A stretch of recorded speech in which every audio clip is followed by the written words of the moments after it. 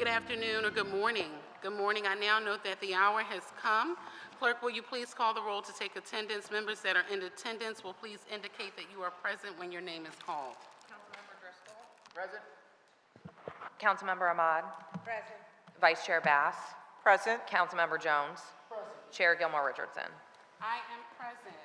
Thank you. A quorum of the committee is present, and this hearing is now called to order. This is the public hearing of the Committee on Finance regarding Resolution Number 240027 and Bill Numbers 240372, 240373, 240374, 240375, 240377, 240378, 240379, 240416, 240417, 240467, 240470, and 240494. Clerk, will you please read the title of the bills and the resolutions? Resolution number 240027, a resolution authorizing the Committee on Finance to investigate the operations and significant overspending of the Office of Homeless Services under the previous administration, as well as quality of services provided in the homeless services system. Bill number 240372, an ordinance constituting the 20th supplemental ordinance to the amended and restated General Airport Revenue Bond Ordinance, authorizing the mayor, the city controller, and the city solicitor, or a majority of them, to issue and sell one or more series or subseries of tax-exempt or taxable airport revenue bonds or notes of the City of Philadelphia, setting forth the use of proceeds, determining the sufficiency of pledged amounts available for debt service, covenanting for the payment of interest and principal, authorizing the bond committee to take certain action with regard to the terms and conditions of the airport revenue bonds or notes and related agreements, and the elections under the amended and restated General Airport Revenue Bond, authorizing the Director of Finance to take certain actions with regard to the sale of such airport revenue bonds or notes, the investment of the proceeds thereof, and the city's continuing disclosure obligation, and specifying the applicability of sections of the First Class City Revenue Bond Act and the amended and restated General Airport Revenue Bond Ordinance. Bill number 240373, an ordinance constituting the 16th supplemental ordinance to the General Gas Works Revenue Bond Ordinance of 1998, the 1998 General Ordinance, authorizing the City of Philadelphia, Pennsylvania, the city, to sell either at public or private sale one or more series of GasWorks revenue bonds and GasWorks revenue bonds, to refund such bonds, the bonds, to pay the cost of certain capital projects and other project costs, and the cost of redeeming the city's GasWorks revenue capital project commercial paper notes, authorizing the city to amend, novate, or terminate all or any portion of any qualified swap agreement, authorizing the city to obtain credit enhancement for any series of the bonds, making certain determinations and covenants relating to GasWorks revenues and the payment of interest and principal, and authorizing covenants and actions in order that the bond shall not be arbitrage bonds, all under certain terms and conditions. Bill number 240374, an ordinance amending the 17th supplemental ordinance to the amended and restated General Airport Revenue Bond Ordinance, Bill number 190432 of the Council of the City of Philadelphia, approved by the mayor on June 26, 2019, to authorize an increase in the aggregate principal amount of airport revenue bonds or notes to be issued under the 17th supplemental ordinance from $350 million to $500 million, exclusive of costs of issuance, including underwriter's discount, original issue discount, capitalized interest, funding of deposits to the sinking fund reserve account if necessary, and similar items. Further amending said ordinance, Bill number 190432, to authorize the pledge for the security and payment of some or all of the obligations, a lien, and security interest and passenger facility charges to the extent available, and authorizing certain other actions. Bill number 240375, an ordinance constituting the 19th supplemental ordinance, the amended and restated General Airport Revenue Bond Ordinance, providing for certain amendments to the amended and restated General Airport Revenue Bond Ordinance under certain terms and conditions. Bill number 240377, an ordinance authorizing the city treasurer on behalf of the city to enter into an amendment agreement with Citizens Bank National Association for provision of payroll banking services to the city under certain terms and conditions. Bill number 240378, an ordinance approving the amendment of the fiscal year 2024 capital budget, providing for expenditures for the capital purposes of the Philadelphia Gas Works, including the supplying of funds in connection therewith, subject to certain constraints and conditions, and acknowledging the receipt of the revised forecast of capital budgets for fiscal years 2025 through 2029 as amended. Bill number 240379, an ordinance amending Title 17 of the Philadelphia Code entitled Contracts and Procurement to modify the requirements for contracts with not-for-profit vendors, all under certain terms and conditions. Bill number 240416, an ordinance authorizing an increase in the non-electoral indebtedness of the city within the Pennsylvania constitutional limit, authorizing the bond committee to sell bonds at public or private negotiated sale, to provide funds toward various capital municipal purposes, providing for appropriations to the Sinking Fund Commission for the payments of such bonds, and authorizing agreements to provide credit or payment or liquidity sources for the bonds in connection with issuance of the bonds and certain other actions.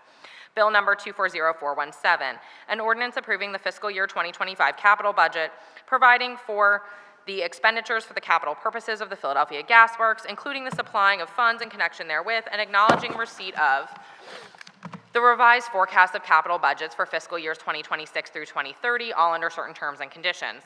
Bill number 240467, an ordinance amending Chapter 193500 of the Philadelphia Code entitled Hospital Assessments to revise provisions relating to hospital assessments and authorizing the Department of Public Health to enter into an intergovernmental agreement with the Commonwealth Department of Human Services relating to such hospital assessments, all under certain terms and conditions.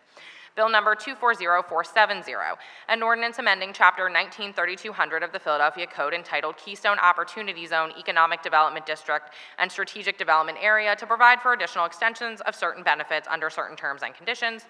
And Bill number 240494, an ordinance authorizing the Director of Planning and Development on behalf of the city to file applications with the United States Department of Housing and Urban Development for a Community Development Block Grant, to file applications to participate in the Home Investment Partnership Program and the Emergency Solutions Grant Program, and to apply for a Housing Opportunities for Persons with AIDS grant, and to file applications with the Commonwealth to obtain grants under the Act of April 12, 1956, PL 1449, Section 4, as amended, to prevent and eliminate blight, authorizing the Director of Planning and Development and the Director of Commerce to file applications to obtain other grants from the Commonwealth, authorizing the Director of Commerce to use Section 108 Loan Guarantee Program, and authorizing the Director of Planning and Development and the Director of Commerce to enter into all understandings and assurances contained in such applications and take all necessary action to accept the grants, all under certain terms and conditions.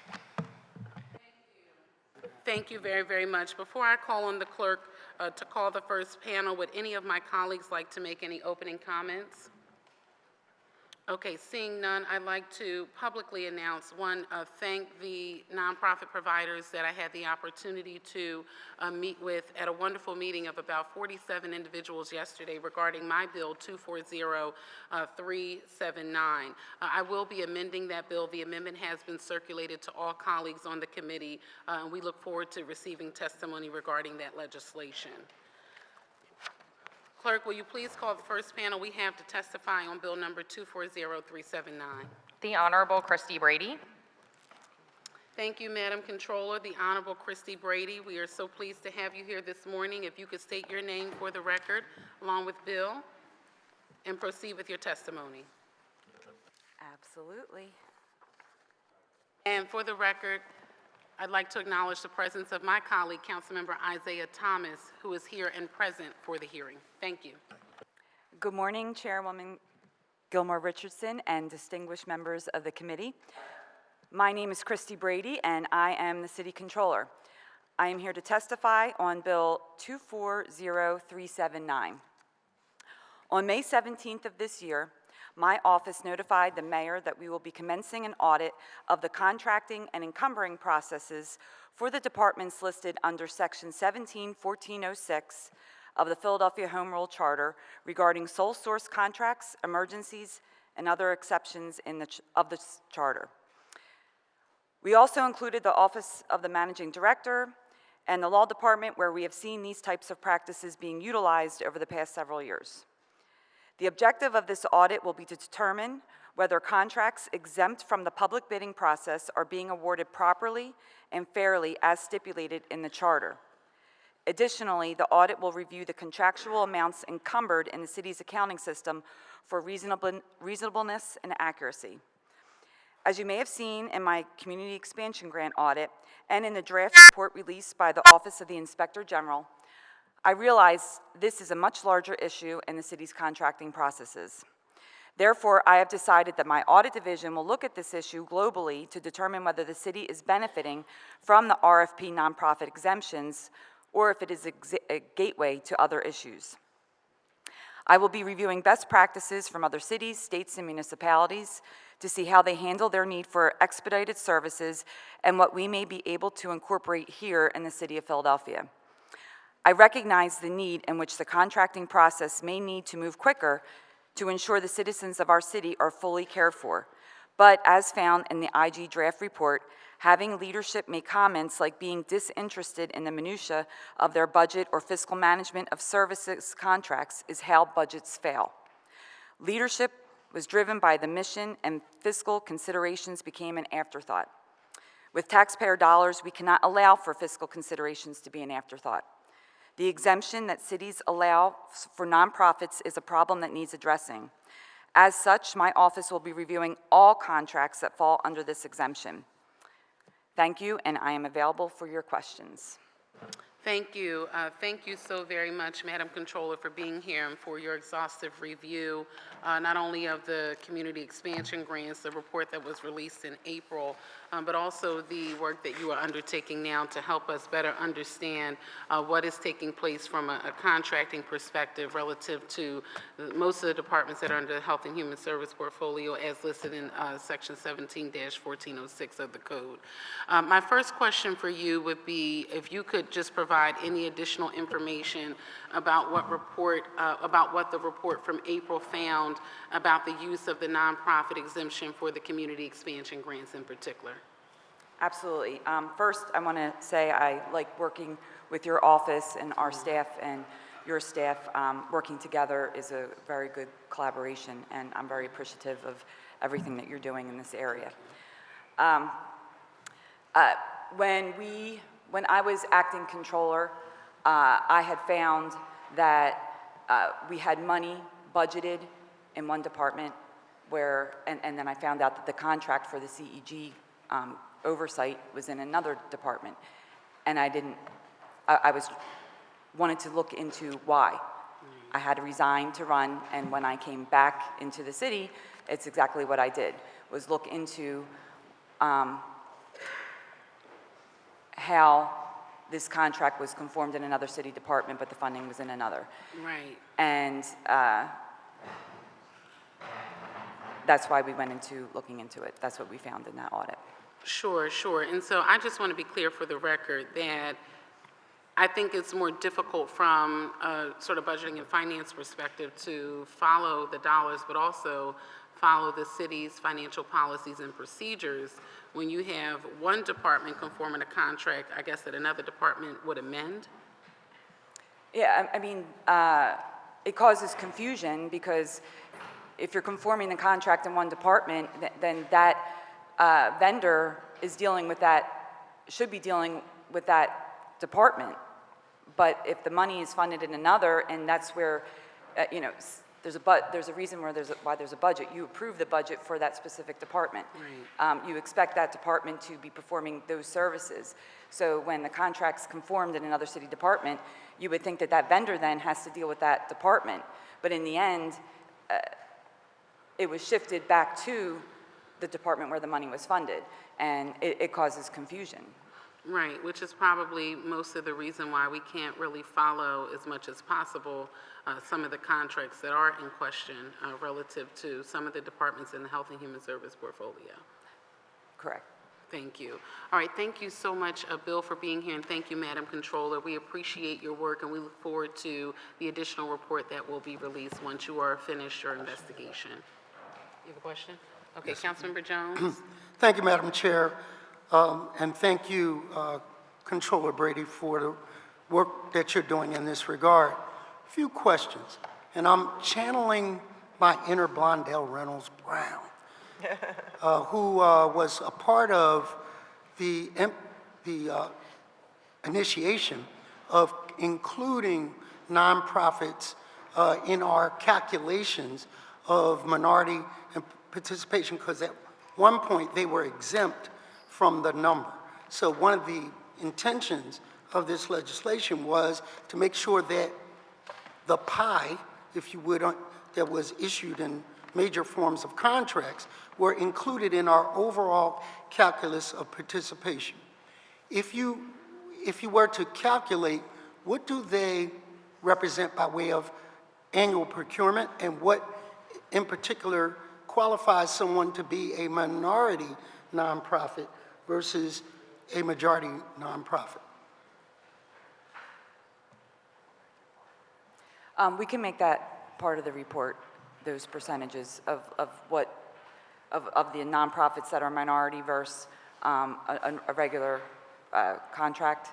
You have to go through a process with procurement to be considered, you have to apply to be minority local businesses. So I think that would be an interesting, and I'm thankful to the author of this legislation for some of the amendments that will be issued today, which will allow us to ferret out the unintended consequences of what might happen. And in order to correct a thing, sometimes those unintended consequences have a major impact on things we didn't consider. So your report will be critical in evaluating how we, surgically apply this legislation. Thank you, Madam Chair. Okay. Thank you. Thank you so much, Councilmember Jones. Any additional questions from members of the committee? Well, Councilmember Bass? Thank you very much. I just wanted to thank you, Madam Controller, and also Bill. How are you, Bill? Good to see you. Also, just really wanted to thank you for committing to providing additional oversight to the department and also I'm assuming other departments as well that have this sort of flexibility, I guess you would call it, when it comes to being able to do this kind of contracting. Yes, I'm looking So, forward to one other question. diving in and seeing what we find, for sure. I definitely want to determine, if it's fair, if it's transparent, what do other cities, municipalities do? Does it make sense? Well, listen, I just wanted to say thank you for that because when we're spending tax dollars and spending without forethought about, like where is it going, how's it going to be spent, who's it going to, what kind of checks and balances are in place. Any suggestions or recommendations that can come from the Controller's Office, I think will help us along the way so we can make sure we don't end up here again. We really don't have the money to waste, especially on a very vulnerable population, with the Office of Homeless Services. So I just, really wanted to say kudos, and we look forward to your updates in the future around this spending. So thank you. One other Thank question, you. Madam Chair. Yep, thank you, Councilmember Bass. The chair now recognizes Councilmember Jones and then Councilmember Ahmad. Thank you again, Madam Chair. Real quick for the record, exempting out the Office of Homelessness, exempting them out of this consideration. Has your office been made aware of any financial defalcations in the procurement process from these other nonprofits or departments that utilize that sole source provision? Have we found discrepancies? Yes, ma'am. Our audit will, I'm looking forward to diving in to see if there's any issues that are happening, if there are departments taking advantage of this special exemption. The CEG audit did show that it occurred, that one department had the contract, but it was funded in another department, but we need to see how prevalent that is. And also in the IG's draft report, it showed that, that it occurred, so. So again, for the record, other than the department in question, there has not been a pattern of malfeasance in this regard that you are aware of. No, I have not, I'm not aware of.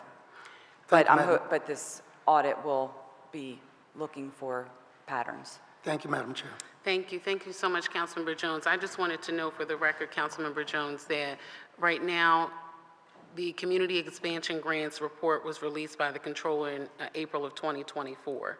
The investigation relative to OHS has been ongoing, and so this has not been sort of like an investigation into all the departments in the Health and Human Service portfolio, but we have found during this process that there are other departments that have contracts that are being amended and utilizing this provision even though they're not under the Health and Human Service portfolio. And that's the challenge that we face because it's harder to find the money and or follow the money. Thank you.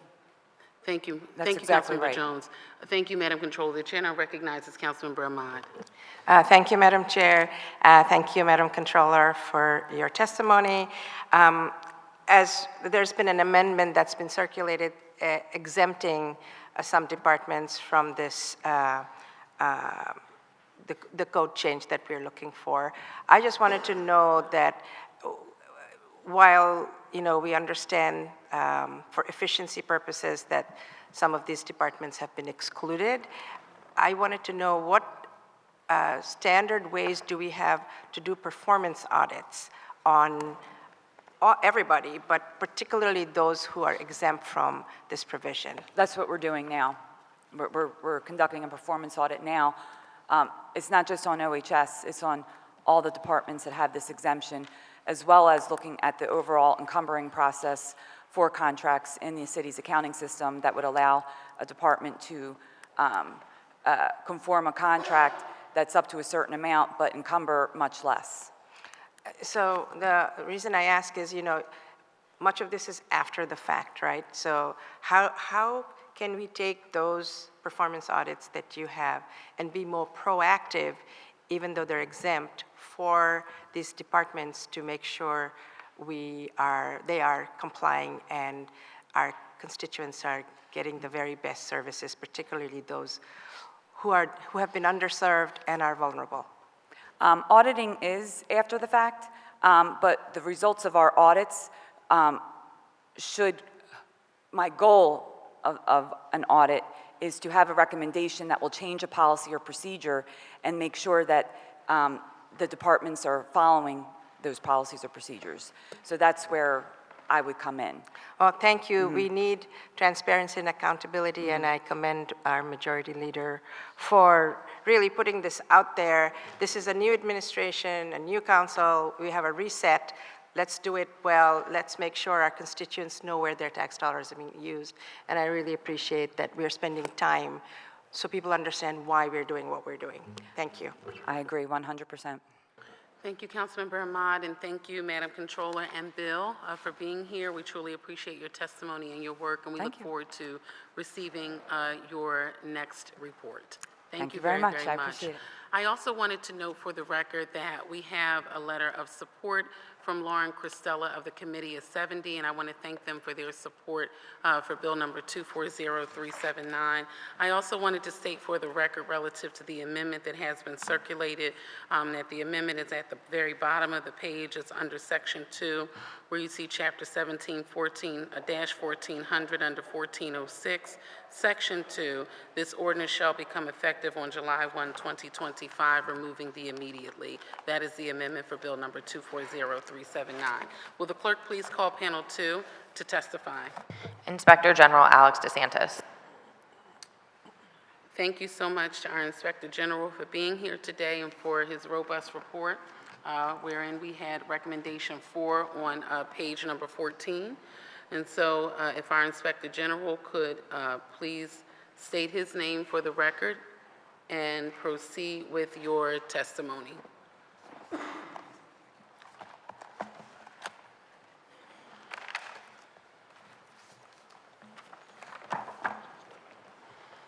Thank you so much to you and to your team for being here today. You could just state your name for the record and proceed with your testimony. Thank you. My name is Alex DeSantis, Inspector General. Please proceed. Thank you. My name is Alex DeSantis, Inspector General.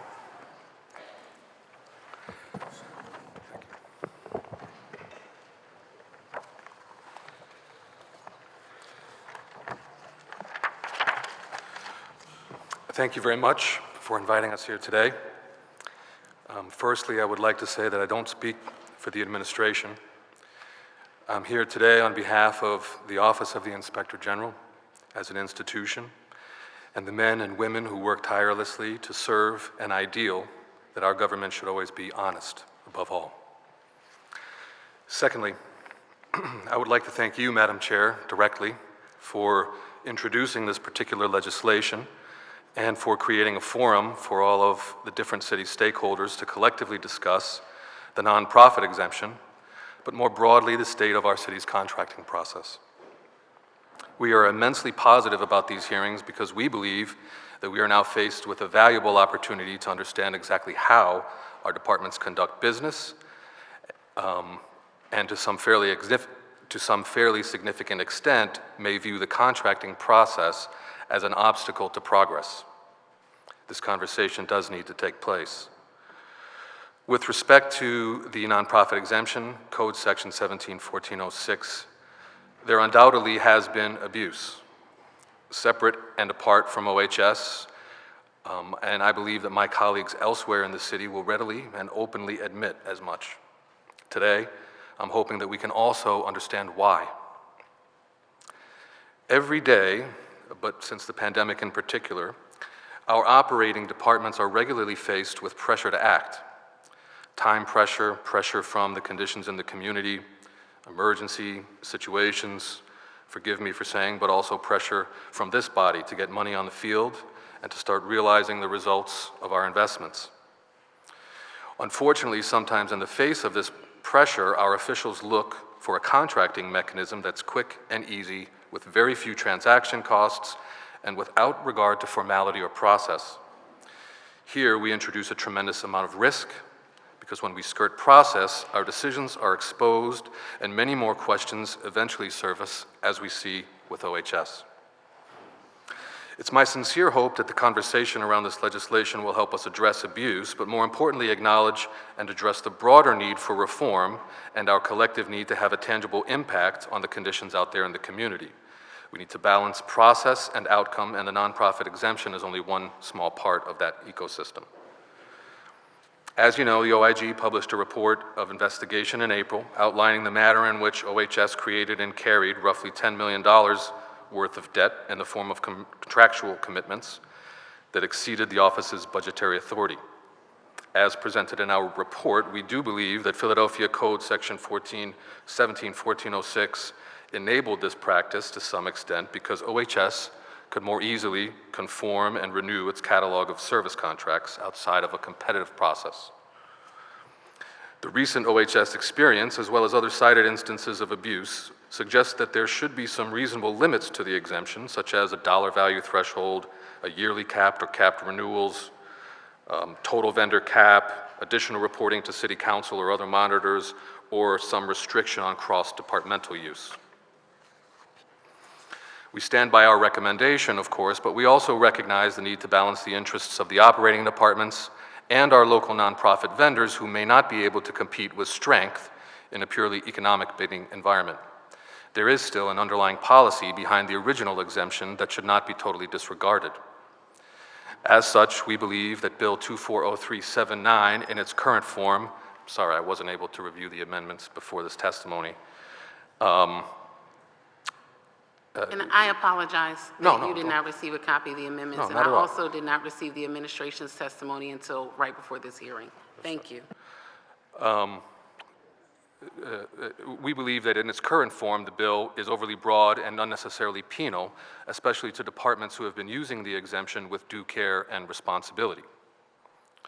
Rather than wholesale removal of the exemption, we sincerely hope that this legislation can frame a deeper discussion through which the administration and council may collectively define more precise circumstances when the exemption may or may not be appropriate and or in the best interests of our city.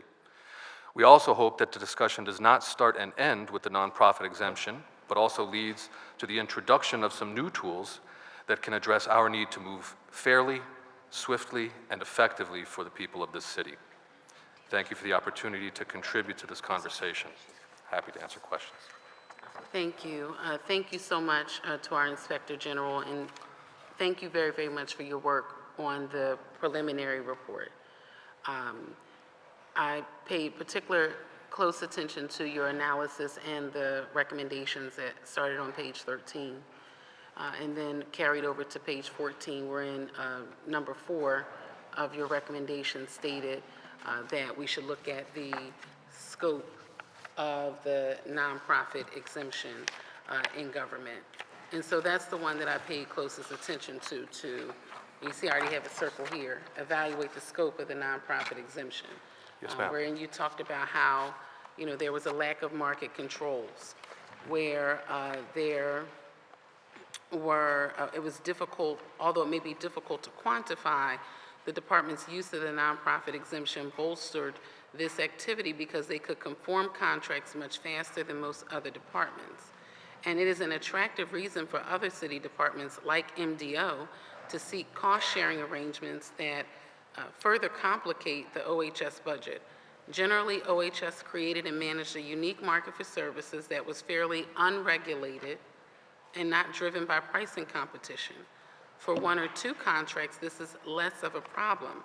But with more than 150 nonprofit vendors, the lack of market controls gave OHS a certain freedom to work with their vendors on more of an informal, and I call it friends and family, and relationship-driven basis.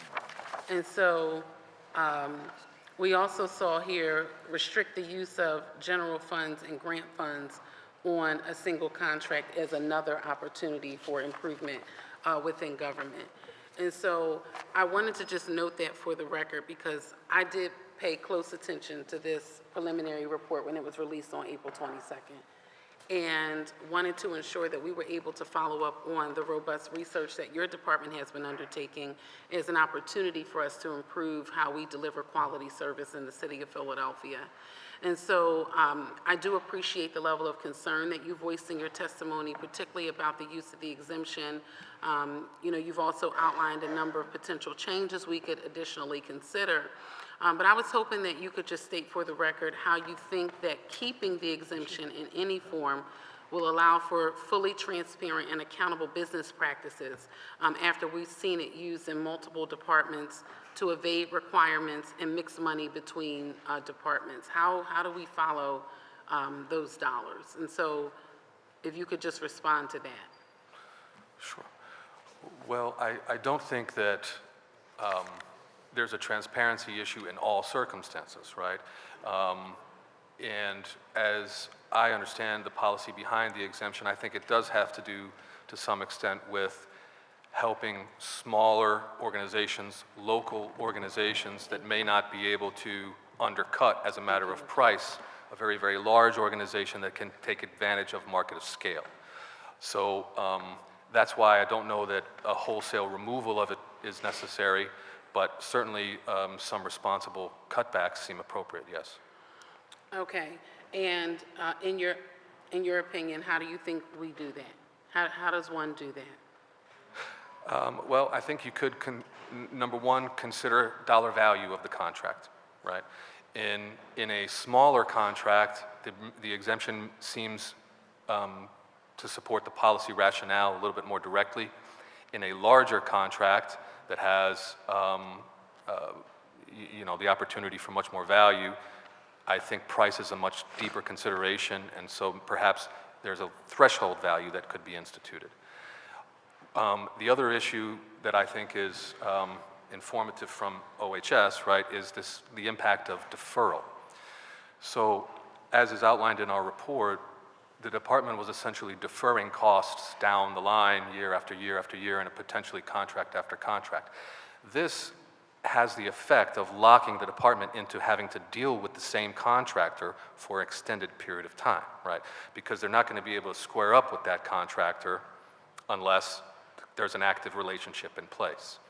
So perhaps there could be something that is getting at the repeated use of it for a particular opportunity. Perhaps the initial opportunity could be an RFP and renewals could be done using the exemption or vice versa, depending on how those discussions shake out. But I do think that limiting the actual use of it as a discrete matter could be helpful. And I thank you for that response. I think that we understand, though, that there are dollar amount thresholds related to contracting. I think when I first started with the city, it was like $37,000 or something. Now it's higher. I think it's in the 80s now. But at any rate, so we know that that threshold does exist to a degree when we're contracting. However, my concern would be, what about those providers that we all say are smaller, right? We want them to be able to gain capacity, be able to vie for larger contracts. Like, what happens to those firms if they are held to that threshold? You know Yeah, what I mean? I do, and I think that that's, part of the discussion I'm hoping that my colleagues can inform those of us that are in the operating departments that have much more contact with the contractors. They may be able to inform that balance point. Right, because that also doesn't necessarily ensure quality, right? And that's, I think that's a part of the challenge is that, we want our providers in our network who are providing needed services to citizens across our city. We want them to have some level of continuity. But what's happening here is that they're not bidding for these contracts. And so, as an example, as you stated, if they bid for it and they get a 4-year contract, they know they have some continuity for 4 years. And then maybe possibilities of 3 one-year renewals, right? And so then they know what to anticipate. They know what to expect, particularly around planning purposes, around their finances. And so right now, they're dependent upon, all right, we get this every year, but there's no controls in place. They just know they're going to get it every year, Right. but there's no process to evaluate the quality of service that's being provided because they just know they're going to get it every year. There's no question that that's the case. And in particular, one of the other issues that we've pointed out in the report is cost increases, right? The department, OHS, has pointed out over this period of time, over the period of time that we're addressing in the investigation, a lot of the spending was driven by market increases, supply chain issues, inflation, and so on and so forth, yet it struck us that there's no market check, right? So especially when you see that the market forces are driving prices up, to me that might suggest the need to issue an RFP at some point once you see those cost numbers start to move. Right, and I'll give you an example, even the cost of a bed. We're going from $17,000 and change to $25,000 and change for a cost per bed Yeah. each year.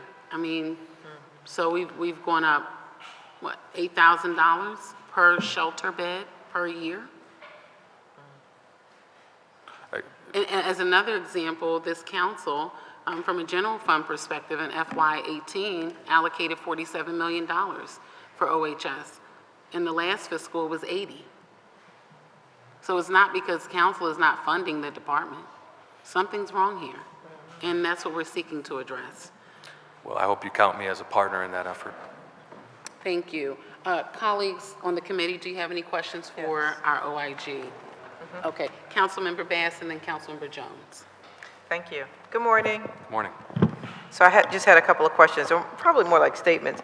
But, so the legislation that we have in front of us really was crafted, and Council Majority Leader, you can correct me if I'm incorrect on this, but it was really developed based on the report that was issued, and specifically item number 4, to evaluate the scope of the nonprofit exemption. And as you read through it, it seems it's just very, very vague. It doesn't. It calls out that the nonprofit exemption is an issue, but it doesn't give any recommendation. It doesn't lead us down any sort of path to be able to correct what is here. And so I'm wondering if you're going to give us, will there be a follow-up report, I guess, putting these items in writing, and not just for number 4, but for all of these recommendations, that there's going to be some sort of a response that's going to say, this is what we are solely and squarely recommending that happens going forward. Sure. So that way the administration can be on the same page, as council can be on the same page, as OHS can be on the same page. Everybody can be on the same page as to, okay, this is what we're going to do and this is how we're going to do it. Certainly. With respect to future reports, that is one of the reasons why we titled that report that you're holding as preliminary. Okay. Because as you know, we do have, the administration has engaged an accounting firm to conduct a forensic piece. We are working on a number of lines of inquiry separate and apart from that. Of course, as you just heard, the controller is initiating a more broad review. So yes, there is opportunity for us to produce additional findings. But what we wanted to do is get something out publicly quickly to answer some of the questions that you all were asking about the process and in particular how this department got out of budget position.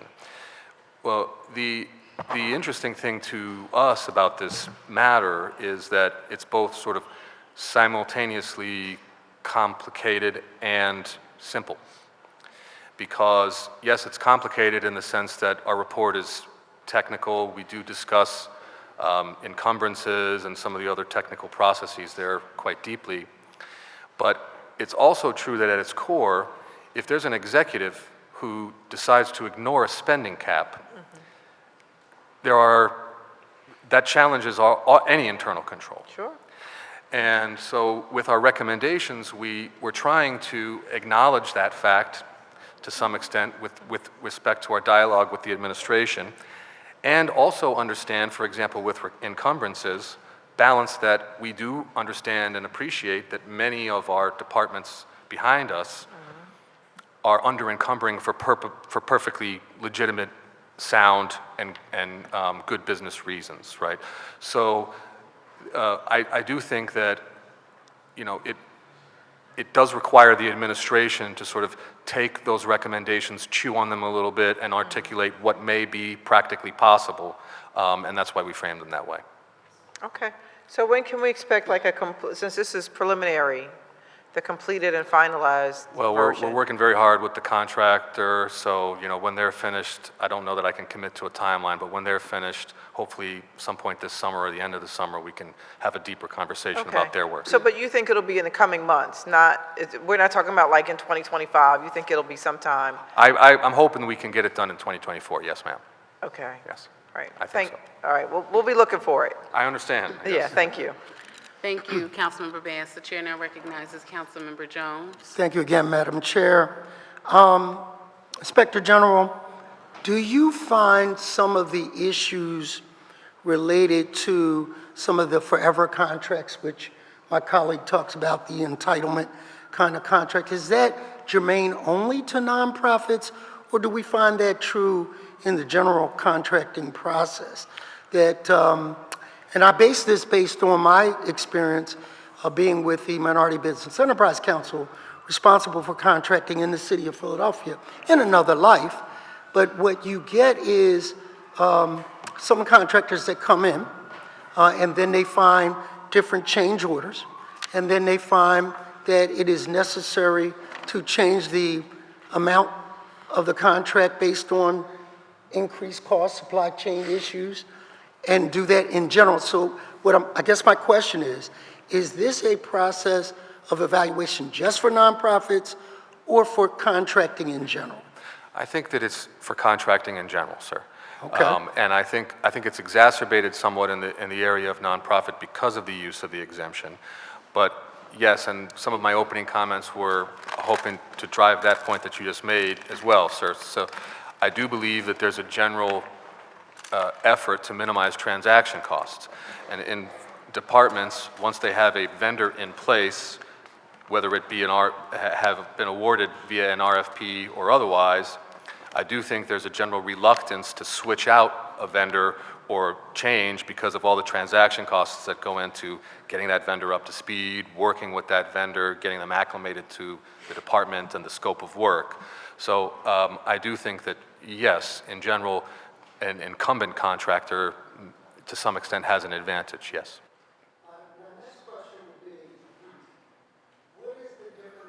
And between lowest responsible bidder and best value?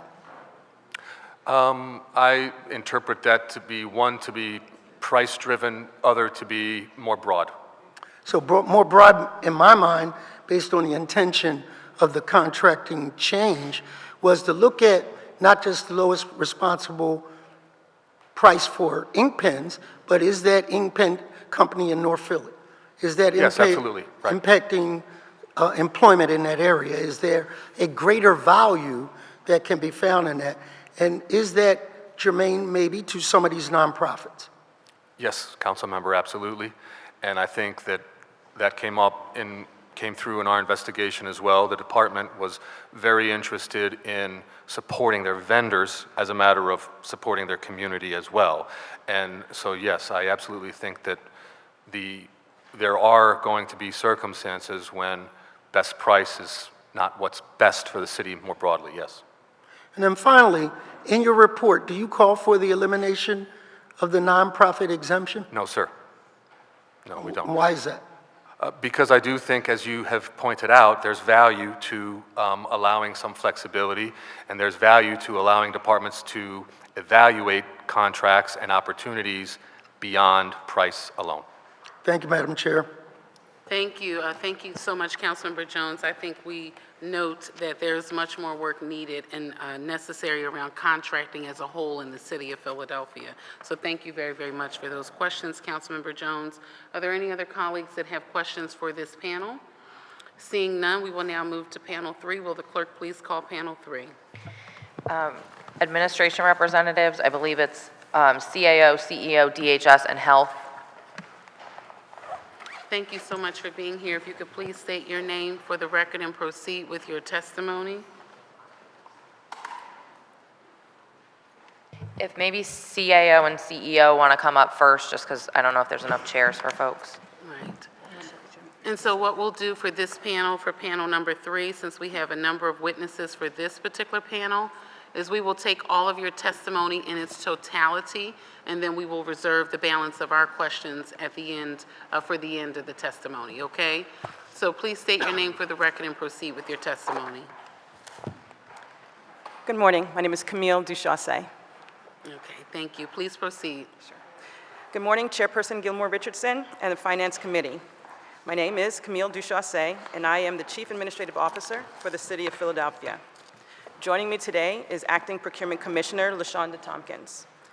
I'm providing testimony on Bill number 240379, amending Title 17 of the Philadelphia Code, entitled Contracts and Procurement, to modify the requirements for contracts with not-for-profit vendors. This legislation, if passed, would remove the nonprofit exemption for specified city departments and agencies codified within Philadelphia Code 17-1400 non-competitively bid contracts. The nonprofit exemption detailed within Philadelphia Code Section 17-1406, Item 8, sole source contracts, emergencies, and other exemptions, has been in place for almost 2 decades. While the impetus for the exemption was to reduce and/or eliminate the cost of the request for purchase or RFP process to nonprofit organizations with which the city contracted on a recurring basis, the exemption also resulted in an expedited and streamlined procurement process. Essentially, the nonprofit exemption allowed and allows specified city departments to timely and quickly secure and provide health, human, public safety, social services to residents during crisis, natural disasters, public health emergencies, and unforeseen infrastructure failures. The exemption created a streamlined process to securing services, medical care, and resources when the city's humanitarian responsibilities outweigh the value of and need for competitive contracting rules.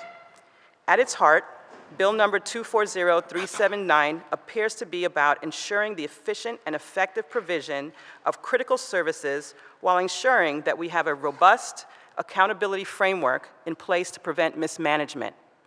As a lifelong public servant, whose career included serving as an auditing chief within the Department of Justice, implementing and assessing internal agency controls, it is with that lens that I view and welcome the opportunity to improve accountability of the administration of the city's processes, to include the administration of contracts. Philadelphia Code Chapter 17-1400 was not initially conceived, intended, or constructed for expedited procurement associated with emergent resident services, and it did not contemplate the agility essential to empathetic and servant-centered municipal management or resilience. While I appreciate the importance of the regulation established by Chapter 17-1400 as the anti-pay-to-play law, in establishing the controls necessary to protect against threats to fair competition and spending transparency, maintaining an exemption to the contracting process during emergencies and for the swift provision of critical social services is crucial to effectively address the immediate needs and crises that impact the most at-risk residents in all councilmanic districts. By their nature, emergencies require swift and decisive action to mitigate harm and ensure safety. Since its effectuation, the use of the nonprofit exemption has included procuring services, many of which are life-saving and sustaining during significant crises. So experientially, The process works, and I respectfully suggest other options to improve or operationalize additional internal controls be considered, as the removal of the nonprofit exemption would result in exclusive reliance on the process outlined in 17-1400, which is a procurement process framework that was not designed to be responsive to critical service delivery needs. In its investigation report, the Office of the Inspector General specifically identified a large majority of the 170 contracts administered by OHS qualified for the nonprofit exemption. The report identified that this condition allowed for the quick and easy conformance of contracts with less involvement from outside agencies like the procurement department. Furthermore, the OIG report, fittingly cited by Majority Leader Gilmore Richardson, expressed OHS created and managed a unique market for services that was fairly unregulated and not driven by pricing competition, creating a lack of market controls, which gave OHS a certain freedom to work with their vendors on more of an informal and relationship-driven basis. This conclusion appears to presuppose that an informal and relationship-driven approach to contracting under emergent circumstances is uncommon and/or antithetical to effective and ethical service delivery. While it may be antithetical to regulations promulgated by Chapter 17-1400, this conclusion does not appear to consider whether the informality was either intentional or necessary to realize more expedited, culturally informed, and responsive procurement practices. However, the report suggests several adjustments to include additional controls and/or oversight of the encumbrance process, as well as other agency involvement, are worthy of consideration. More specifically, the report recommended 1, strengthening the budget verification process and conformance, 2, imposing stricter encumbrance rules, 3, collecting and tracking data from the Finance Payment Verification Unit, 4, evaluating the scope of the nonprofit exemption, and 5, restricting the use of general fund and grant funds on a single contract. The report does not include a recommendation of the complete elimination of the nonprofit exemption for the Office of Homeless Services or other defined city agencies for whom the exemption is authorized. We concur the review and potential implementation of these recommendations is warranted and will likely mitigate the unfavorable outcomes identified within the preliminary report. To that end, an additional control that we recommend be implemented at the outset of the nonprofit exempt contract workflow is requiring the city solicitor or the chief integrity officer to approve each use of the exemption for new contracts, rather than retaining that authority within the duties of the department head. This would insert an independent, objective approver in the same fashion as is required with other 17-1406 exemptions before a contract may be awarded or commence. The city fully supports the review of its processes to determine the cause and extent of breakdowns of internal controls and potential remediation. I truly believe that is one of the main reasons why I am the CAO. The Controller's Office has announced an audit of special exemption contracts, which we will fully cooperate with. Additionally, we have initiated our own review of the use of the nonprofit exemption to identify additional areas in the process that need modification and strengthening. However, in the absence of a full accounting of the use of the special exemption contracting practices, we risk crafting a solution for which we do not have a full accounting or understanding of the root cause and scope, which may create unintended consequences that harm our resident service delivery and our ability to effectively support residents in their most critical time of need.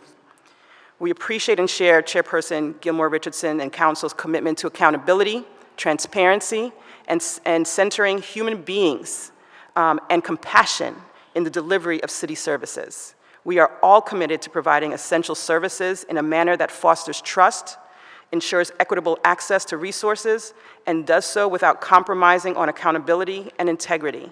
We respectfully request that this bill is held in committee in order to allow the administration to work with council to address your concerns regarding the nonprofit exemption specifically. Balancing internal accountability controls with human-centered services in city government is a complex but essential task. The administration is absolutely committed to collaborating with Majority Leader Gilmore Richardson and council to improve the administration of the nonprofit exemption in order to ensure that the city serves its residents with both integrity and care. Thank you for this opportunity to provide testimony on Bill Number 240379, and I welcome the committee's questions. Thank you very, very much, and thank you for your testimony, and thank you really, truly, for your collaboration and your willingness to work together. I do appreciate working with you in particular, and so many of you that I've had the opportunity to work with over the years. I am appreciative and recognize that this would be a seismic shift in the way that you all do business, and I want you to recognize that I understand that and am very appreciative of the work that you all do each and every day. This is not at all seeking to make your lives more burdensome relative to the work that we must do to provide service to our citizens across the city. This is simply an opportunity to ensure that we have a fair, transparent, accountable government that is fair to all who seek to do business with the city of Philadelphia, whether they're a for-profit or a nonprofit. And so what I am going to ask as the chair of this committee, particularly because I just received this information right before the hearing, particularly because it's 23 pages that I was not able to fully review prior to this hearing, that if everyone else, if you could just please state your name, title, and department for the record, and your position on the legislation, and if we could submit the balance of the testimony for the stenographer and for the benefit of the committee, because it is 23 pages long. And we do have a committee of the whole hearing later on today as well. Is that okay with the committee? So just for clarification, I believe not all of the testimony that you have in that document, which I apologize that it was received this morning, will be presented in person today. So, Okay. Oh, okay, okay. So we wanted to, if possible, just have everyone else submit their testimony for the record. I do have several questions relative to vendors that I wanted to just put these two questions on the record, but also state that not every day is an emergency. Like, not every single day is an emergency. We sort of know what to anticipate and or expect. But in addition to that, I did my research, and this legislation came around in 2004 initially. So this was not something we've always done in city government. I think folks are making this seem as if, we've been doing this forever. We've been doing this always. That's not the case. This legislation was introduced in 2004, and since that time, things have shifted. That's only been 20 years, okay? And so one quick question I did have as a result of sort of going back in Legistar and looking through that process, how much has the city privatized our Health and Human Services portfolio since 2004, when the original legislation was passed? Excuse me, how much has Health and Human Services? The city sort of privatized our Health and Human Service portfolio. You could ask LaShonda Tompkins to come up.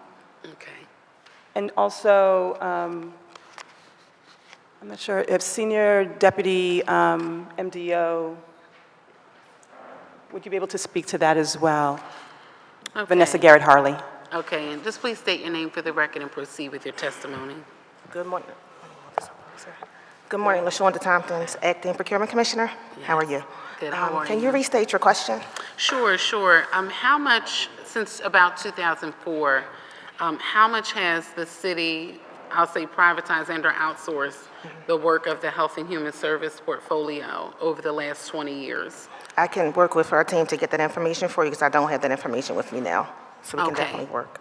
Thank you. Thank you. Okay, and so if we could just submit that information, and then we'll Sure, disseminate absolutely. it to the committee and to the members of council. And my other question was relative to vendors. I had a very robust meeting with about 47 vendors yesterday, and I do want to thank the administration for the vendors that they personally invited. If you could talk about the concerns that the vendors have around having to engage in an RFP process each and every year. The vendors believe that will be burdensome, even though you all are already dealing with them on a yearly basis. And I'm just going through my notes that I took at the meeting yesterday. Is there a reason why any of the departments, including OHS, could not do multi-year contracts with the nonprofit vendors via RFP? basically providing them with some level of sort of continuity and knowing what to expect Sure. relative to the support they will receive from the city. So let me start. First, I do think both from a nonprofit exemption use perspective and from the RFP perspective, the goal is to provide continuity of care and service. And the nonprofit exemption allows for our departments to be able to do that, to ensure that case managers aren't subject to the lowest bid, right? Once a family becomes accustomed to, has a relationship with, and is confident in the services that are being provided, those services aren't abruptly changing based on the competitive process, competitive RFP process. What we are understanding from the perspective of our nonprofit providers is that, you know, a lot of our, or at least a number of our nonprofit providers rely fairly significantly on their contracts with the city, and they are small, and their margins are small, and they have a limited, you know, back office support. Their support and their expertise rests in the service that they are providing rather than in the administrative tasks that are fairly considerable in preparing a request for a proposal, a request for a proposal. I think that is one of the larger concerns that we, in so doing and removing this exemption completely, and absolutely agree, not every use of it is based on emergency. There are uses that are based on providing services that are critical to our residents, even if not a public safety emergency, right? But at the end of the day, their expertise of these nonprofit vendors relies, I think, mostly in the service that they provide rather than in the administrative functions that are associated with a cumbersome procurement process. Sure, but isn't that the case for small businesses? Don't they have to go through an RFP process if they want to do business with the city? Yes, but time is less of the essence in that case, in most of those cases. And I would think universally, small businesses will struggle, whether it's a not-for-profit vendor or a for-profit vendor. But we still do have a provision for small businesses to go through the RFP process, correct? We do, but we also have a provision for smaller or lower costing contracts, which implicate small businesses most of the time to not go through the RFP process. And one other thing we heard from some of the nonprofits in the meeting yesterday was that they utilize city funding to leverage other state or federal support. And so don't you think having some level of continuity would help them to better plan for the additional support they are seeking at other levels? Continuity in general, Right. yes, absolutely builds expertise and would allow for leveraging that experience to better apply for and utilize the RFP process. But it is not exclusive to, continuity is not exclusive to the RFP process. Continuity is essentially one of the main reasons why the nonprofit exemption is so beneficial to our departments. Thank you. And then one other thing, and I'm just going through all of my notes because I want to get some of this on the record, Sure. particularly for the nonprofit providers, because I felt their consternation on the call yesterday. One other thing that was noted was providers feel as though they are being punished for the actions that are happening above them. And so to that point, if you could speak to sort of the overall environment of how businesses and organizations do business with the city. Like, I think there's a lot here. Yeah. Another thing I would mention would be paying people on time. That was another issue that continuously, comes up, and I think we've even seen that within this process. If you Yes. could speak to that as well, that would be helpful, because Absolutely. I think the vendors are feeling punished because of what's happening that is squarely outside of their control. Right. But also, at the same time, they're waiting for payments from the city. Yes. They take a very, very long time to process. And you all know sometimes we have to get involved to even, try to push it along. to make sure, you all have the invoices and necessary information to process the payments for services that these vendors have already provided, for contracts that have already been conformed. And so I think if you could speak to that part of the process too, because I have continued to sort of field complaints about that as well. So one of the things that I heard and received from our IG, our Inspector General DeSantis, was the concern with the burdensome nature, the labor-intensive and time-intensive nature of contracting processes in general.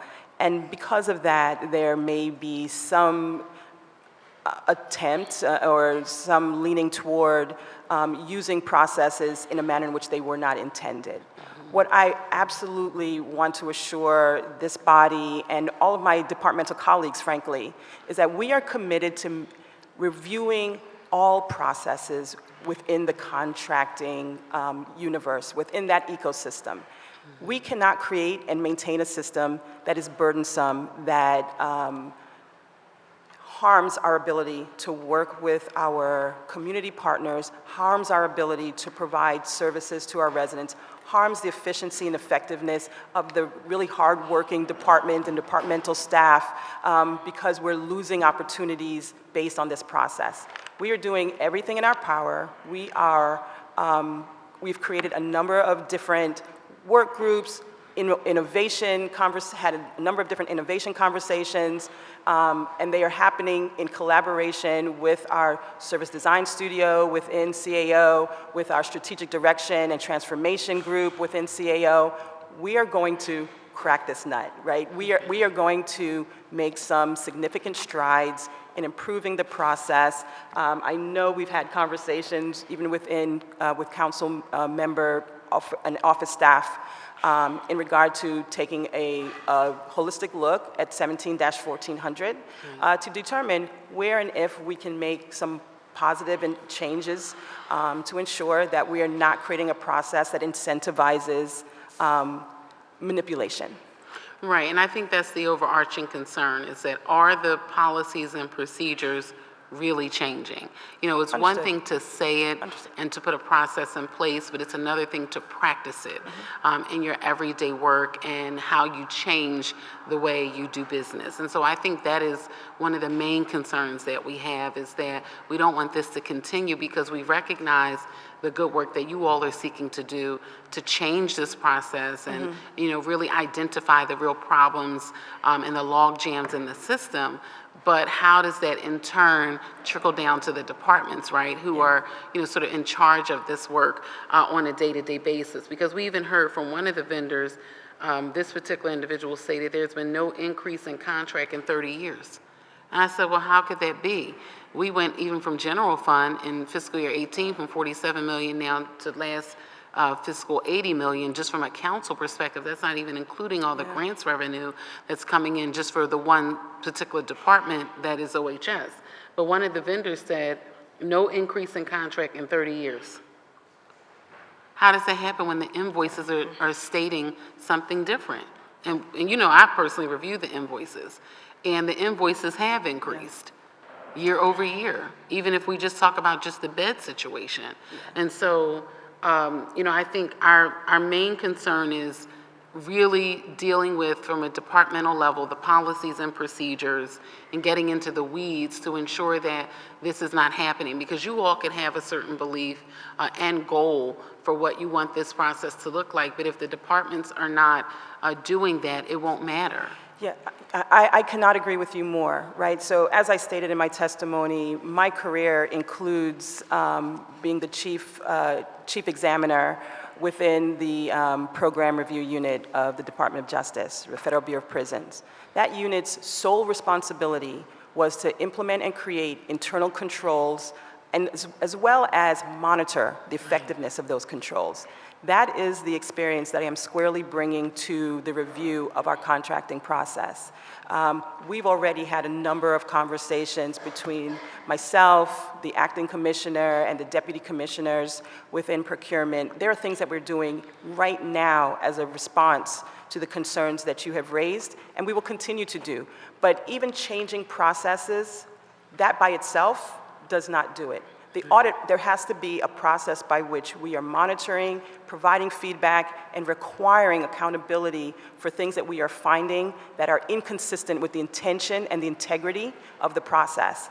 That is what we're going to implement. Right, and I think that's what we're seeking to do with this legislation, because what happens is if you are utilizing the exemption, you don't have to work with procurement. They don't have to work with your side of the ledger in order to get a contract through, and that's exactly what we're seeking to address. And so we appreciate that. We agree that there is a review of that practice that almost demands that the process itself be reexamined. And as I offered earlier, the three inflection points of the nonprofit exemption use and contracting all rest right now within the department. So the department essentially is judge, jury, and right? And so we want to pluck at least one of those pieces out of the department and place it in a neutral, whether it's a city solicitor or the CIO or the CAO, place it in a neutral space so that it's being examined each and every time. Okay, and I look forward to continuing to work with you all on the additional suggestions that you have offered today. I did not, again, have an opportunity to review the 23 pages, but you know I will, and then we will circle back. Are there any further questions for this committee and this panel? Okay. Councilmember Chair now recognizes Councilmember Ahmad. Thank you. I have a question about, can you give me an example of what would be impeded if this process was instituted? Sure. So good morning, Vanessa Garrett Harley, Chief Deputy Managing Director for the Office of Children and Families. Good morning, Chair Gilmore Richardson, Councilmember Ahmad, and Councilmember Jones. I think a quick example would be, under the Office of Children and Family comes the Department of Human Services, or DHS as we call it. An example for them of what would be impeded.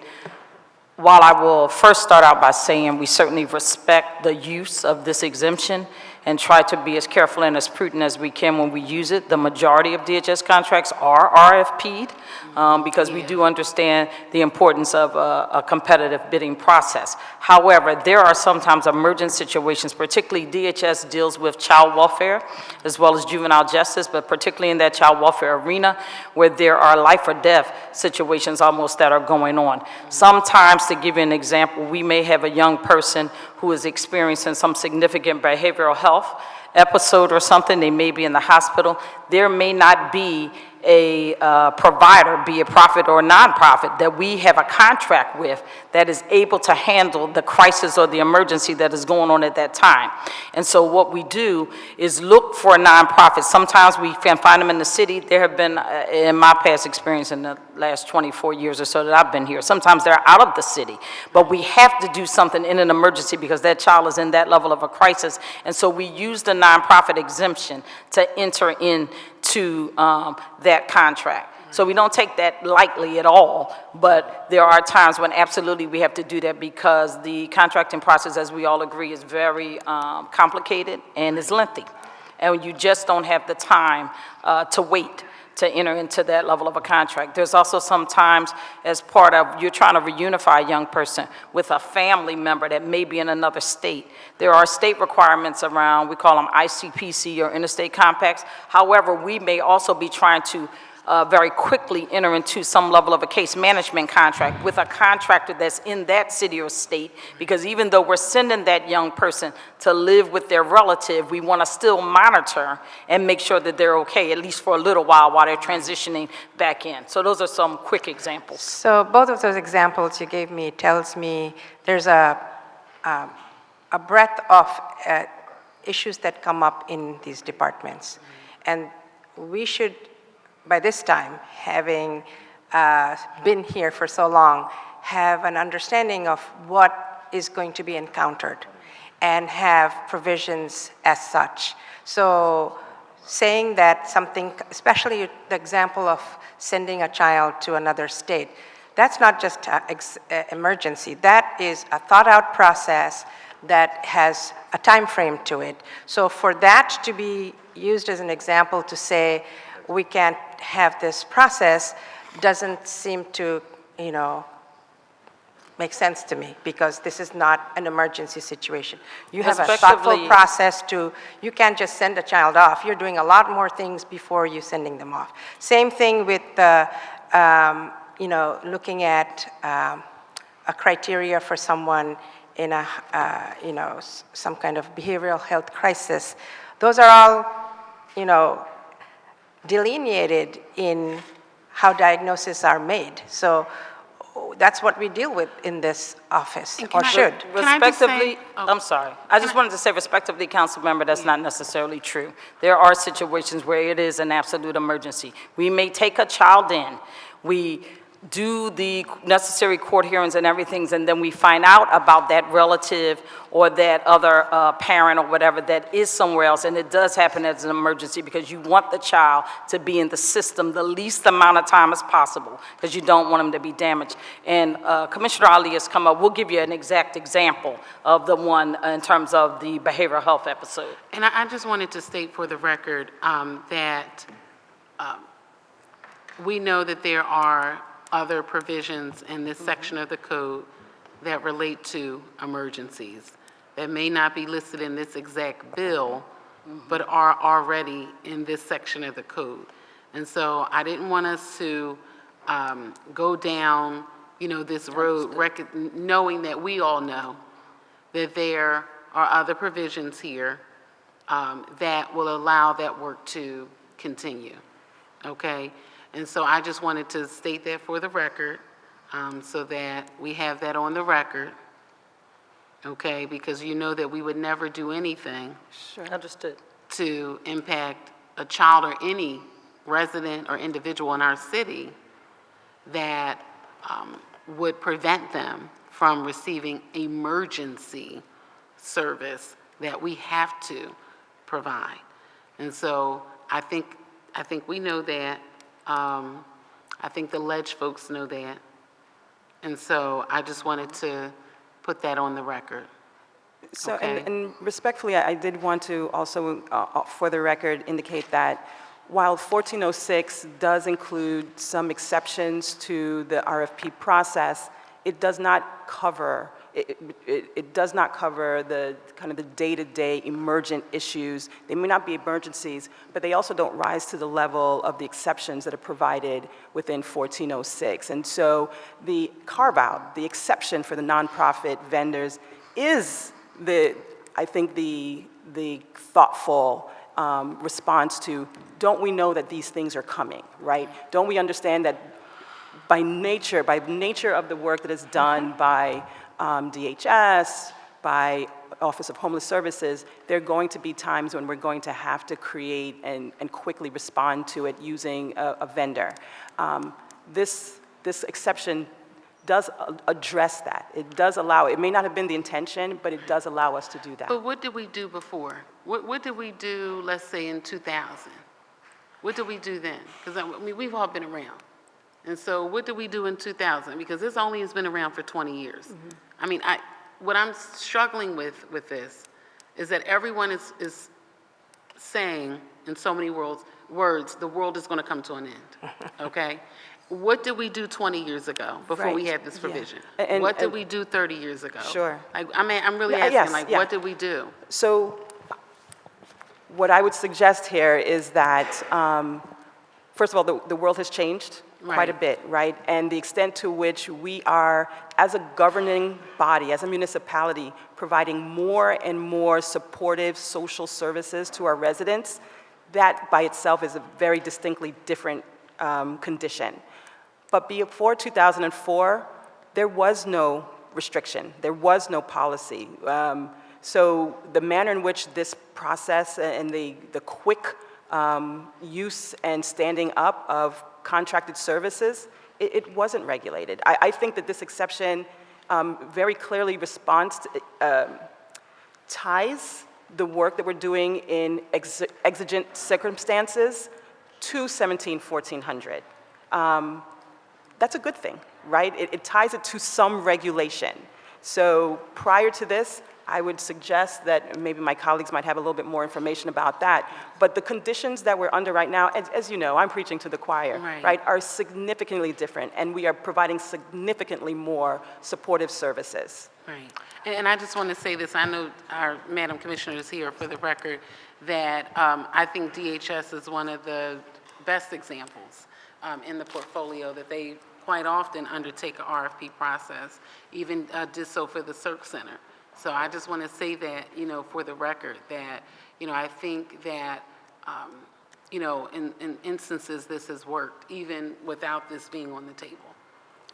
Yes, thank you for that, Madam Chair. I'm Kimberly Ali. I'm Commissioner for Department of Human Services, DHS.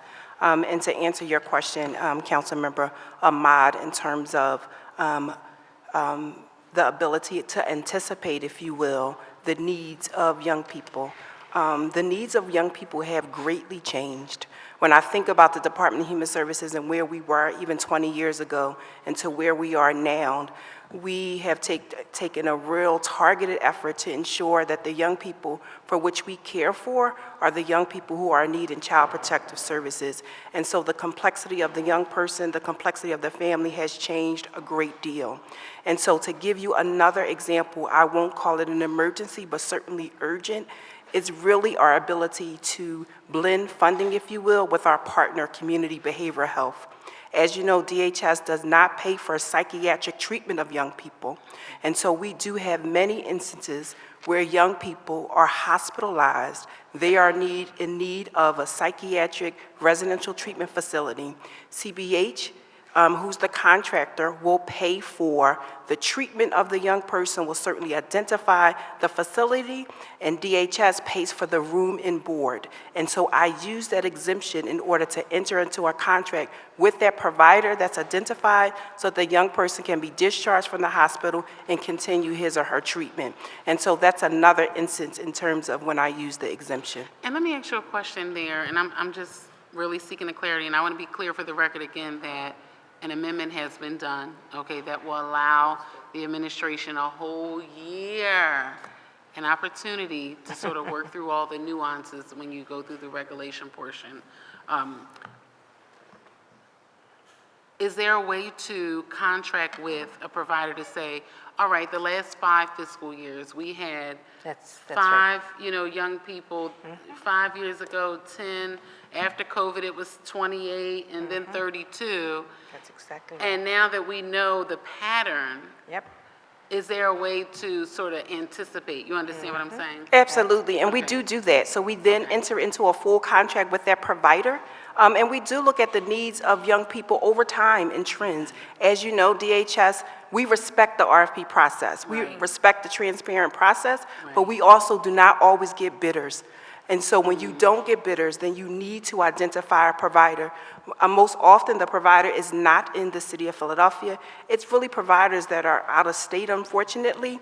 And so we repeatedly do RFPs because we want to ensure that our continuum of services meets the individual needs of young people. For example, we currently have an RFP out for community-based detention services for females because we Right. recognize the need. Yeah. And we received that information. Yeah, I'm sorry, so- Councilmember Ahmad. No, that's fine. I think Majority Leader pointed exactly out about being evidence-based, to lay out all your data, to see all the outliers, and then to see how do we respond to outliers. I appreciate that, you are serving people at their young, especially our young people at their most vulnerable. So we understand the need for you to be able to respond, but this is the whole point of going back in this time frame and looking at how do we reduce the emergency nature of these situations, and that can be data-driven. So I would love to see from your department an analysis of what you have considered to be emergencies and what that looks like over going back, let's just do a couple of years, 4 years, and seeing how the data has driven you to make policy that would address the emergent nature of that. I would love to see that data. Yes, we can definitely supply it. And I can give another very concrete example as well. As we look at the number of young people who are being held in our juvenile detention center, so the PJJSC. As you know, DHS does not pay for treatment for young people, and so CBH did identify a provider. We have Hall Mercer, who was co-located in the PJJSC in order to meet the ever-growing needs of young people that are held in detention. Because there is an existing regulation that once a young person is in detention for 31 days or more, Medicaid no longer pays for that young person mental health treatment. I needed to enter into a contract with Hall Mercer to ensure that young people who are being held longer in detention have their mental health needs met, and so I entered into our contract with Hall Mercer because they were the existing entity that was providing behavioral health supports for the young people. Yeah, and that can be made standard, right? Because you Yes. know this is happening. is. Beyond that, so that doesn't mean we can't go to the RFP process, because Well, we already know that. when I entered the contract, I did not do an RFP process because of the needs of the young people Yeah. changing. They now were we can- already an yeah. existing provider, and so that was providing the services in the PJJSC, and so I just expanded their contract, if you will, but that was outside of the RFP process to address the needs of the young people. Oh, thank you. Well, thank you.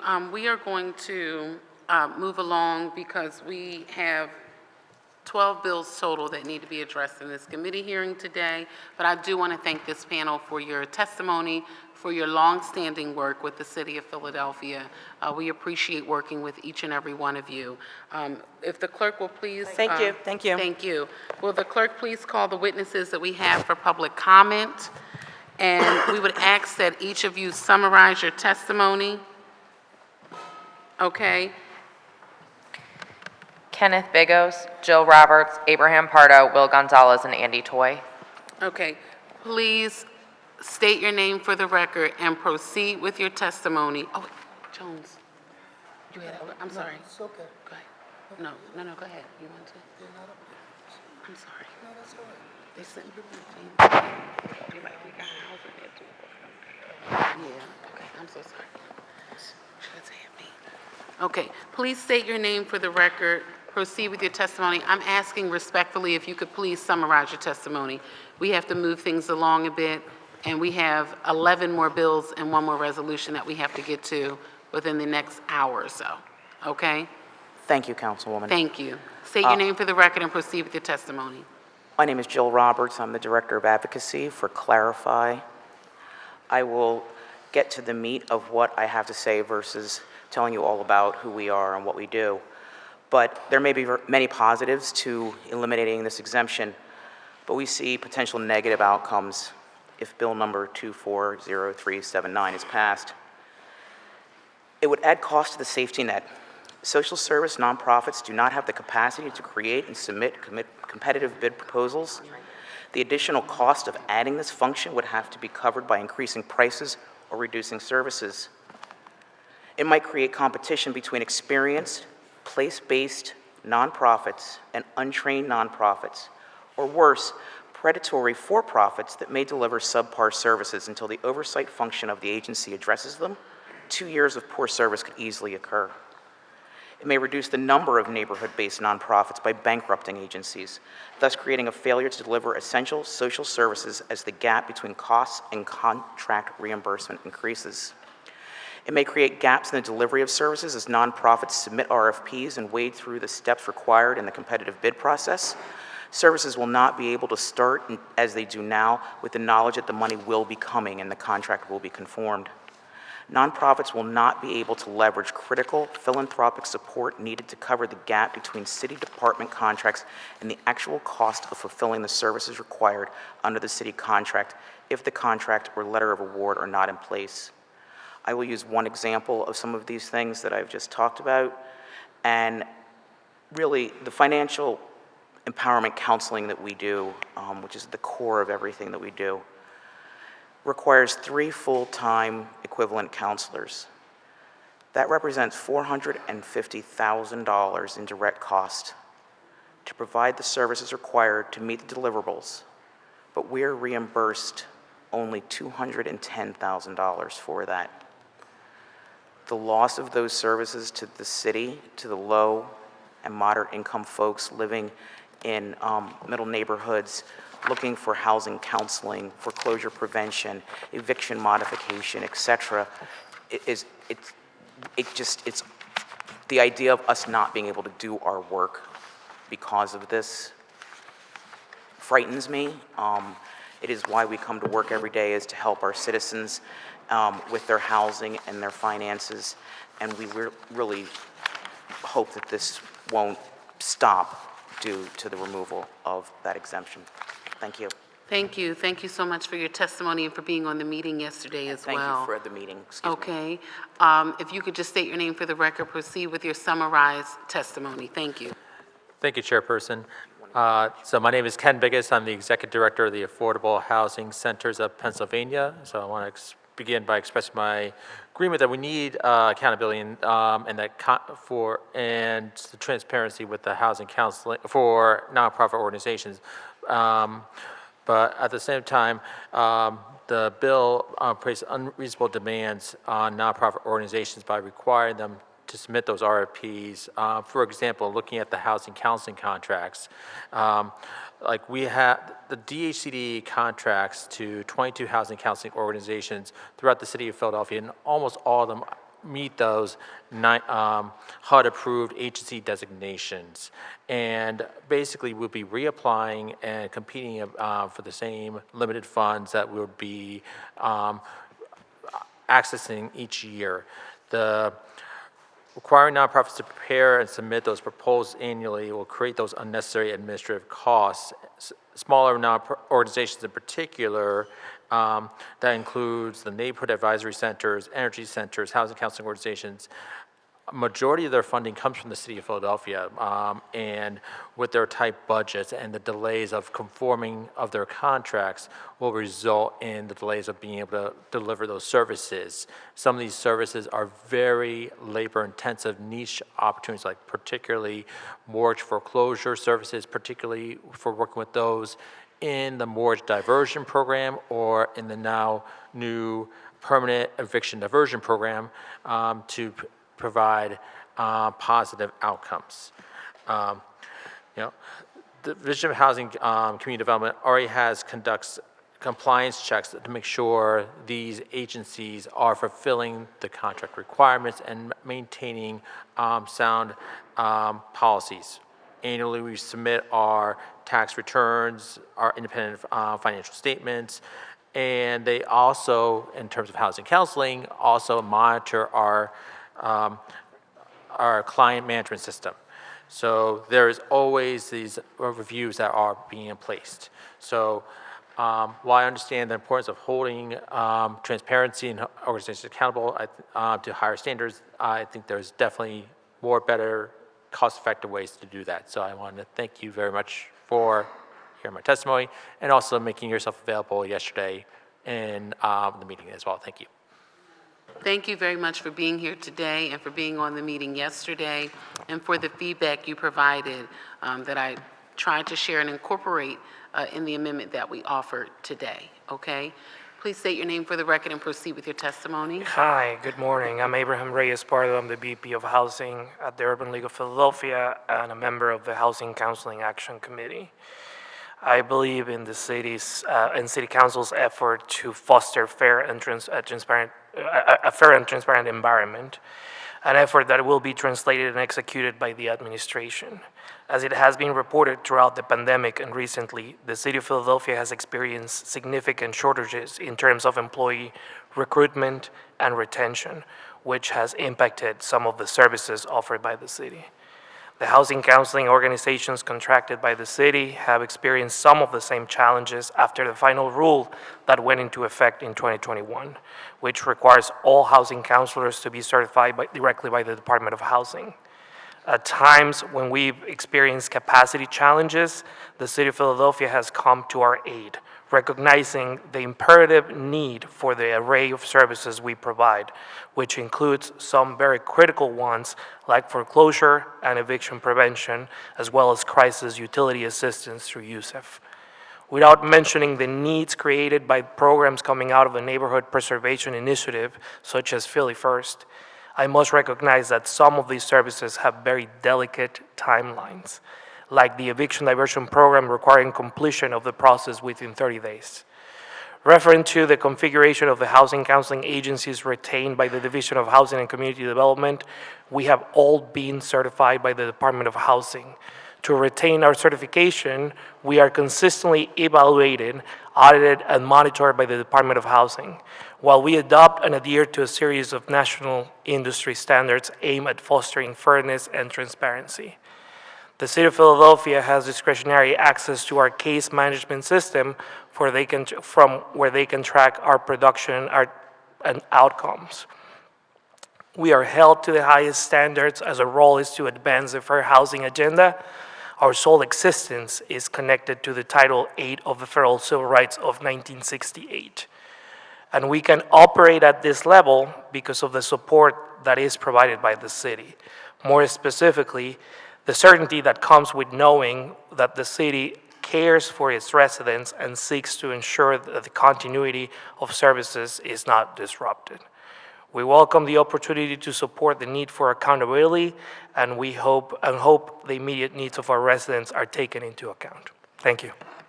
Thank you. Thank you so much for your testimony and for your work. I wanted to also state for the record that we received a testimony from Will Gonzalez, Executive Director of CIEBA, and Andy Toy, Executive Director of PACDC, and they did participate also in the meeting yesterday.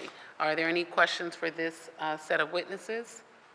Okay. Seeing none, we thank you for your testimony. Thank you. And we thank you for being here today. Is there anyone else here to testify on Bill number 240379 whose name has not been called? Oh, okay. Oh, okay. I didn't see you there. Okay. Please state your name for the record. Proceed with your summarized testimony. Okay? Thank you. Buenas tardes, buenos días, gracias. Will Gonzalez, Executive Director of CEIBA. CEIBA is the backbone to the Latino Equitable Development Collective. We joined the chorus of concern about this bill. Our Philadelphia nonprofit ecosystem is strong, innovative, and an overall good partner of city government. We view this bill as a cure that could be worse than the disease. Obviously, it addressed a situation at OHS. We in the Latino community are very familiar with the challenges at OHS at that time. I point to the Latino Homeless Paradox and how OHS failed to serve the Latino community with its overall needs. And obviously, they were throwing away fiscal considerations that put them in this spot. Our nonprofits are 501c3s where a lot of public info is available about them. They're 990s, the tax returns are open to the public. The charitable registration statements that we file with the Commonwealth of Pennsylvania shows our audits. So you can see overall anything having to do financially with the nonprofits. Obviously, the challenge here has to do with city government, but on the nonprofit side, we're an open book and there's a lot of transparency. To me, the biggest highlight of today was a statement made by the folks from the Inspector General's office, where, to quote, they say that this bill is overly broad and unnecessary for those departments who have been using the exception with due care and responsibility. I think that speaks volumes from the agency that casts oversight over city government. And in a hopeful note, they say that rather than the wholesale removal of the exemption, that we engage in a dialogue to see how to make it better, stronger. So I encourage you to retain the exception.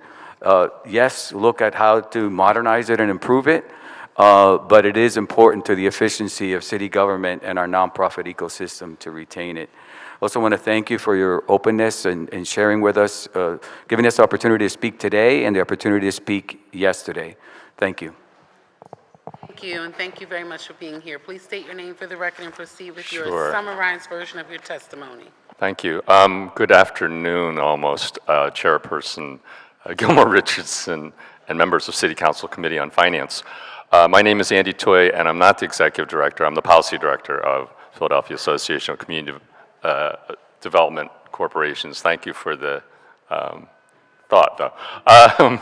Thank you for the opportunity to testify today to respectfully request that the Finance Committee hold Bill number 240379, which makes changes to city procurement processes in ways that will impact our membership and other nonprofits. PACDC, as you know, is the leading voice of nonprofit community development organizations in Philadelphia. We represent 60 CDC members and over 100 additional associate members, many of whom are also nonprofit organizations engaged in the work of equitable community revitalization and community stabilization. Our members are mainly place-based organizations in neighborhoods across the city, building affordable housing, providing essential services, managing our commercial corridors, and improving the quality of our communities as great places to live, work, and play for all residents.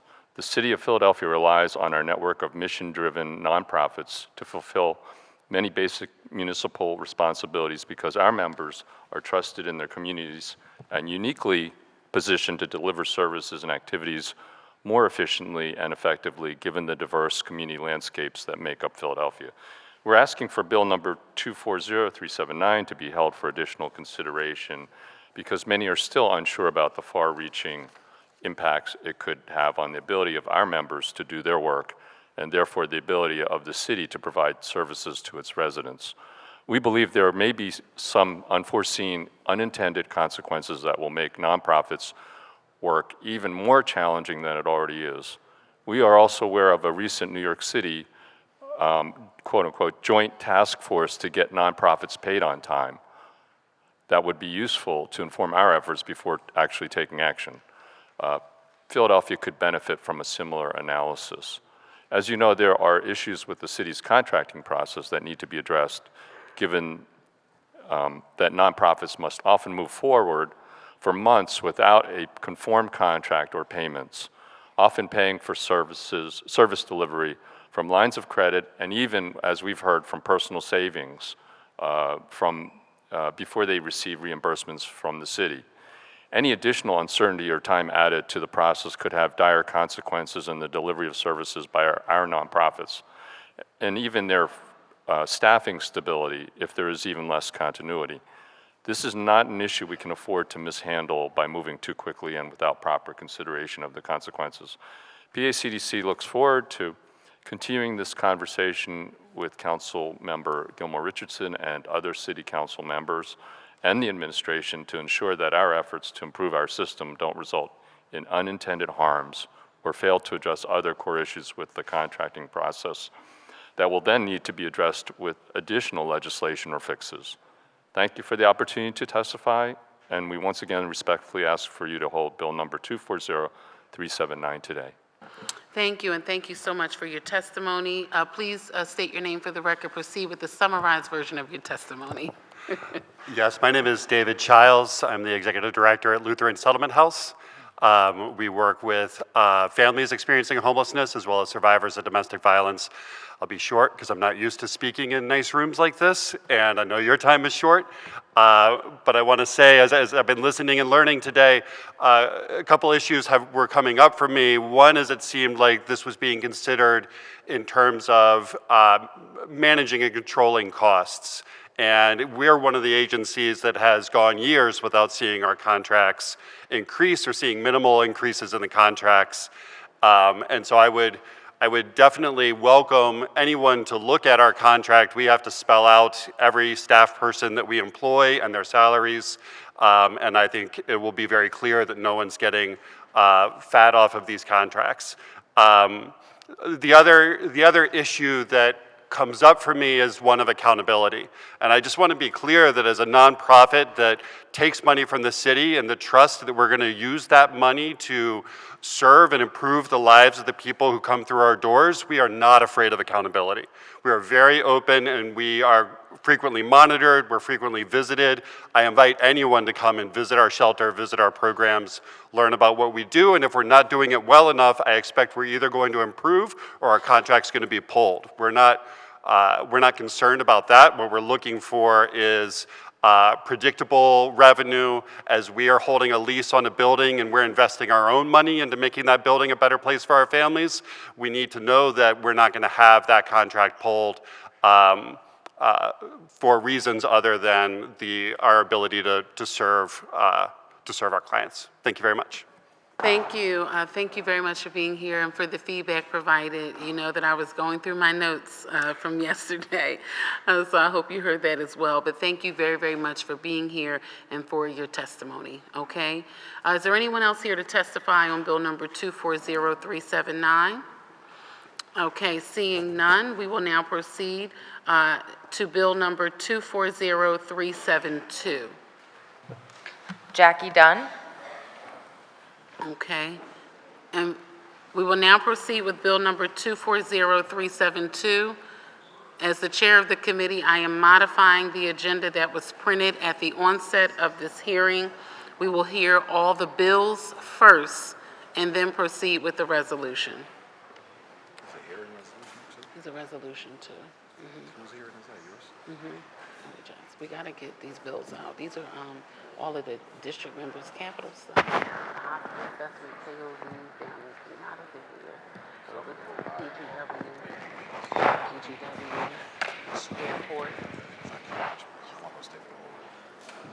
Well, let me do that because we're not in a public meeting.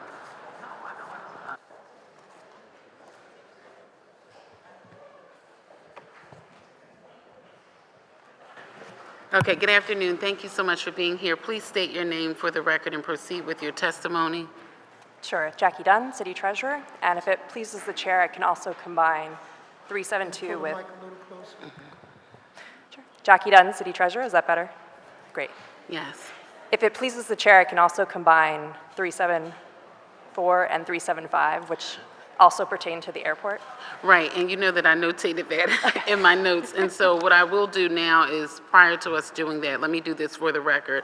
Is there anyone else here to testify on bill numbers 240372, 240374, and 240375? Again, is there anyone here to testify on bills number 240372, 240374, or 240375? Seeing none, I'll ask that our city treasurer proceed with her testimony, summarized version of her testimony for all three of the bills, 240372, 240374, and 240375. Great. Thank you, Chair. Good afternoon, Chair Gilmore Richardson and members of the Committee on Finance. I'm Jackie Dunn, City Treasurer, and with me this afternoon are Tracy Borda, the airport's Chief Financial Officer, and Matthew Bowman, Deputy City Treasurer. I'm here to testify in favor of bills number 240372, 240374, and 240375. You have my longer written testimony submitted for the record, and so I'll read the highlights. Bill number 240372, constituting the 20th supplemental ordinance, would provide authorization for the airport to issue general airport revenue bonds or notes in an aggregate principal amount not to exceed $600 million in new money bonds, exclusive of original discount, capital interest, funding of deposits to the sinking fund reserve, and if necessary, similar items. Additionally, the bill would permit the airport to refund up to $1.5 billion in bonds previously issued with City Council approval from the years 2015 to 2021. There are no immediate opportunities to pursue traditional refundings of airport bonds for debt service savings and portfolio management, but this ordinance positions the city to respond timely when future market conditions permit. Bill number 240374, constituting an amendment to the 17th Supplemental General Airport Revenue Bond Ordinance, would provide authorization to expand the airport's commercial paper program from the current $350 million capacity to $500 million. Commercial paper is a flexible financing tool to fund capital projects quickly on an interim basis, and the commercial paper is taken out with permanent financing when the work is completed. Due to the success of the airport's current program and the significant capital plan, the city and airport seek to increase the size of the program by the referenced $150 million, so the airport can expedite capital projects. And finally, Bill 240375, constituting the 19th supplemental ordinance, would amend the Airport General Revenue Bond Ordinance to reflect the recent administrative change, which enshrined the Department of Aviation as the Department of the City rather than as a division of aviation under the Department of Commerce. All the above referenced in the bills would be funded through the Aviation Fund. And the administration recommends adoption of these bills. We respectfully request that the committee give these bills favorable recommendation, and further that the committee recommends the rules of council be suspended so as to permit first reading of the bills at the next session of council. Thank you for your consideration, and we're happy to answer any questions. Thank you. Thank you so much, our City Treasurer, for your testimony. Thank you for the airport officials for being here today. We have with us, for the benefit of the stenographer, Tracy Borda is with us today from the airport. And I just wanted to thank the airport team for the robust meetings, plural, that we have had over the last several months, and I had the opportunity to also visit with you all at the grand opening of Sabrina's Cafe, in addition to the additional meetings we have had over the last several months. So I want to thank you for the briefings that we have had here in City Council specific to these three bills, so that as a Finance Committee Chair and as a committee, we understand what's happening today and how we can ensure that we are doing the very best for the City of Philadelphia. Are there any questions from members of the committee for this panel relative to our airport revenue bonds? Okay, you know, I don't have any additional questions other than the ones that I've already offered in our past several hours of meetings. And so I thank you very much for your testimony today. Again, is there anyone else to testify on bill numbers 240372, 240374, and 240375? Seeing none, we thank you so much for your testimony, and we will now proceed to bill number 240377. I'm going to go out of order. I'm going to go to 377 first, okay? I hear you, but I'm going to do I'm going to do 377 first, and then I'll start with 373, and then on down to 78 and 17. So we do all the PGW bills together, okay? All right, so we will now proceed with bill number 240377. And if you could just state your name for the record and proceed with your testimony.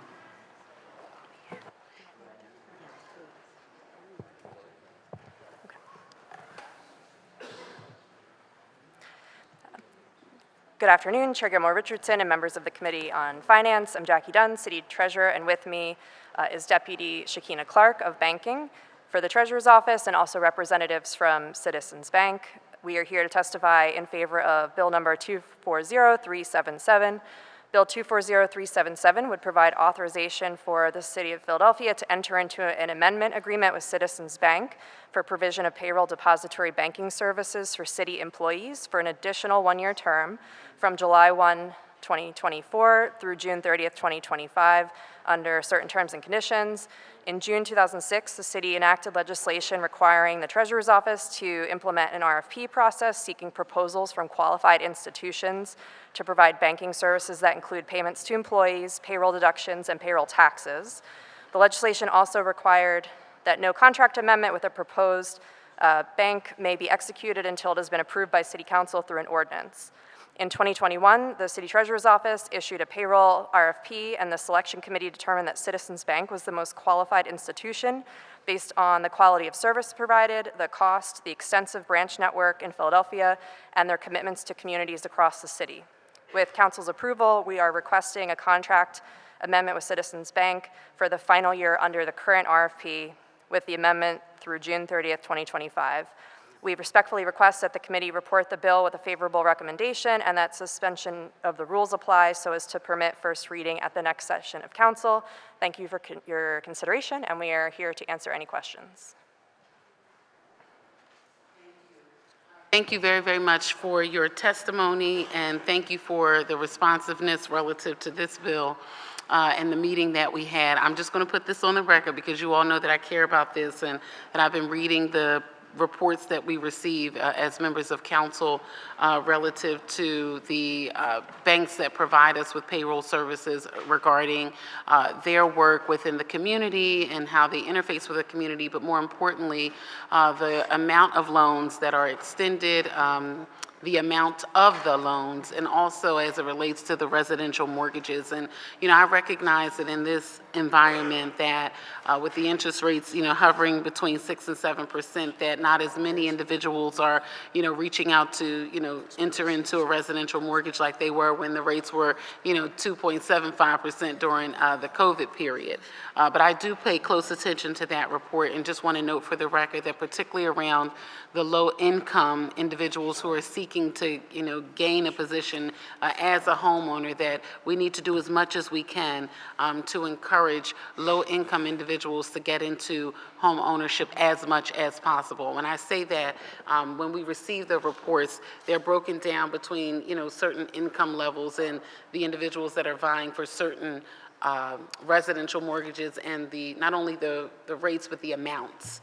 And so I'd like to see a higher percentage in the lower amounts, okay, as much as we see in the higher amount mortgages, okay? And I just wanted to put that on the record because I want them to know that I am paying attention to those reports. I usually send back an email in the wee hours of the morning after I read the report, but I want to ensure that if you are doing business with the city, that we are understanding the population that we are dealing with here and doing as much as we can to extend banking services to them. It broke my heart yesterday morning to be on the way to City Hall, coming down Fairmount, making the right onto Broad Street, and before the check cashing place was even open, it was a line of 8 people outside of the check cashing place. And that's nobody's fault relative to this particular bill. But I just want to put that on the record that we have to do as much as we can for the communities that we serve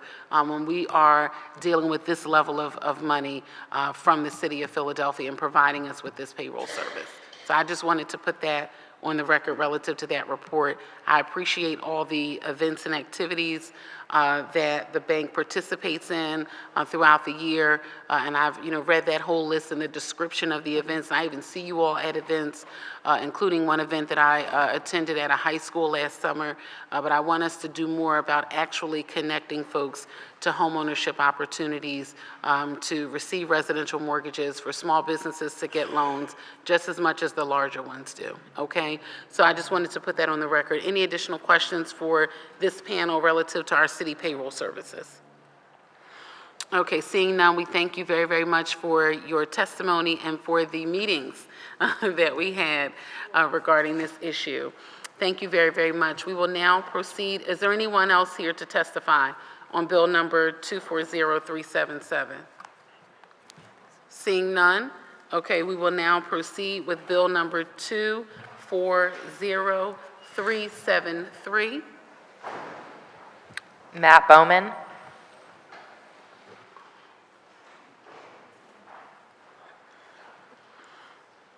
Okay, please state your name for the record and proceed with your testimony.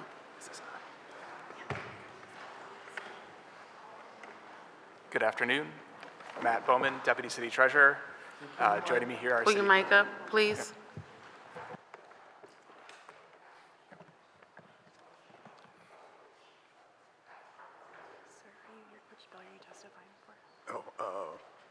I'm testifying for Bruce Shalom. Okay. Bruce Shalom. Yes, I understand, sir, but right now we're on bill number 240373, and that's a PGW revenue bond bill.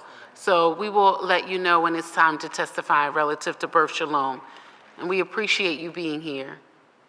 Okay? All right, please state your name for the record and proceed with your testimony. Good afternoon. Matt Bowman, Deputy City Treasurer, joined by City Treasurer Jackie Dunn.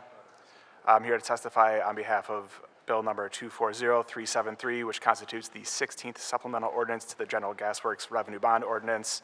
Hold on one moment, because I don't know that we can hear you. Can you hear him? Okay. Is the microphone on?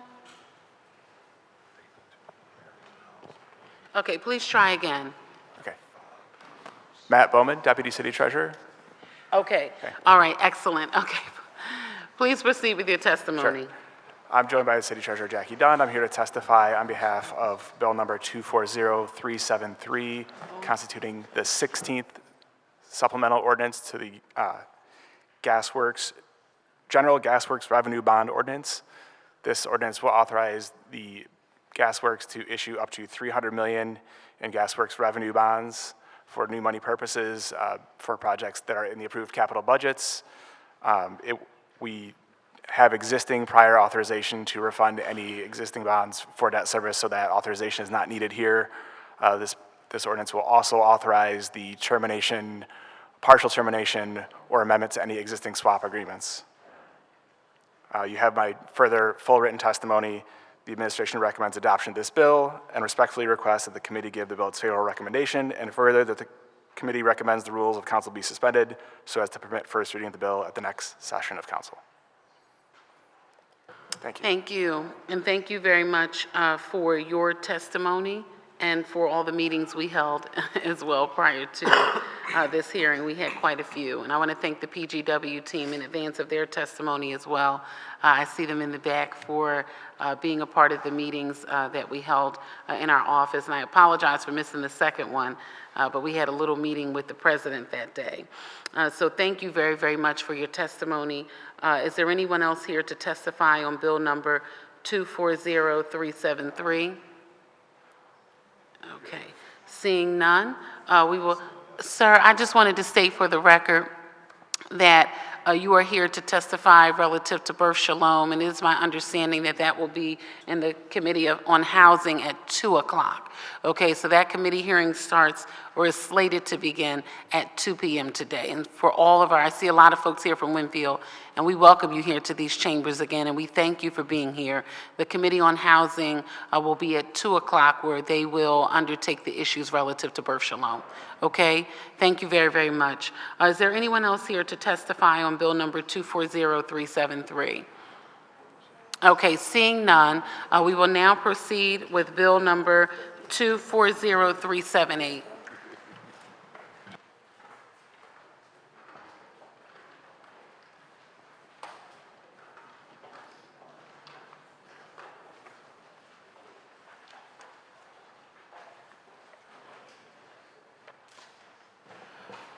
All right, so we will now hear bill numbers 240378 and 240417.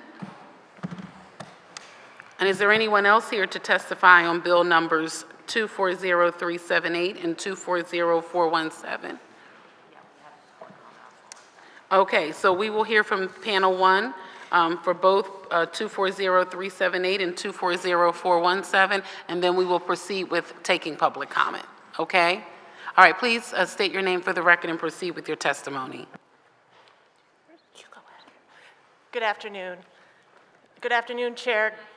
Pull the mic closer. We're having an issue with the mics. Is it better now? That's great. Thank you. All right. Good afternoon, Chair Gilmore Richardson, Gas Commissioner Jones, and Councilmember Thomas. I am Melanie McCotry, Chief of Staff and Senior Vice President for Communications and External Affairs at PGW. With me today are members of PGW's management team. I'm also joined to my right by Dr. Erica Patterson, PGW's Director of Contract Management and Supplier Diversity. I'm here to testify in favor of bill numbers 240378 and 240417, and I assume I can do both at the same time. Yes, please. Great. PGW's submitted testimony describes each individual request in more detail, and I'm prepared now to share a summary overview of items incorporated into each amendment.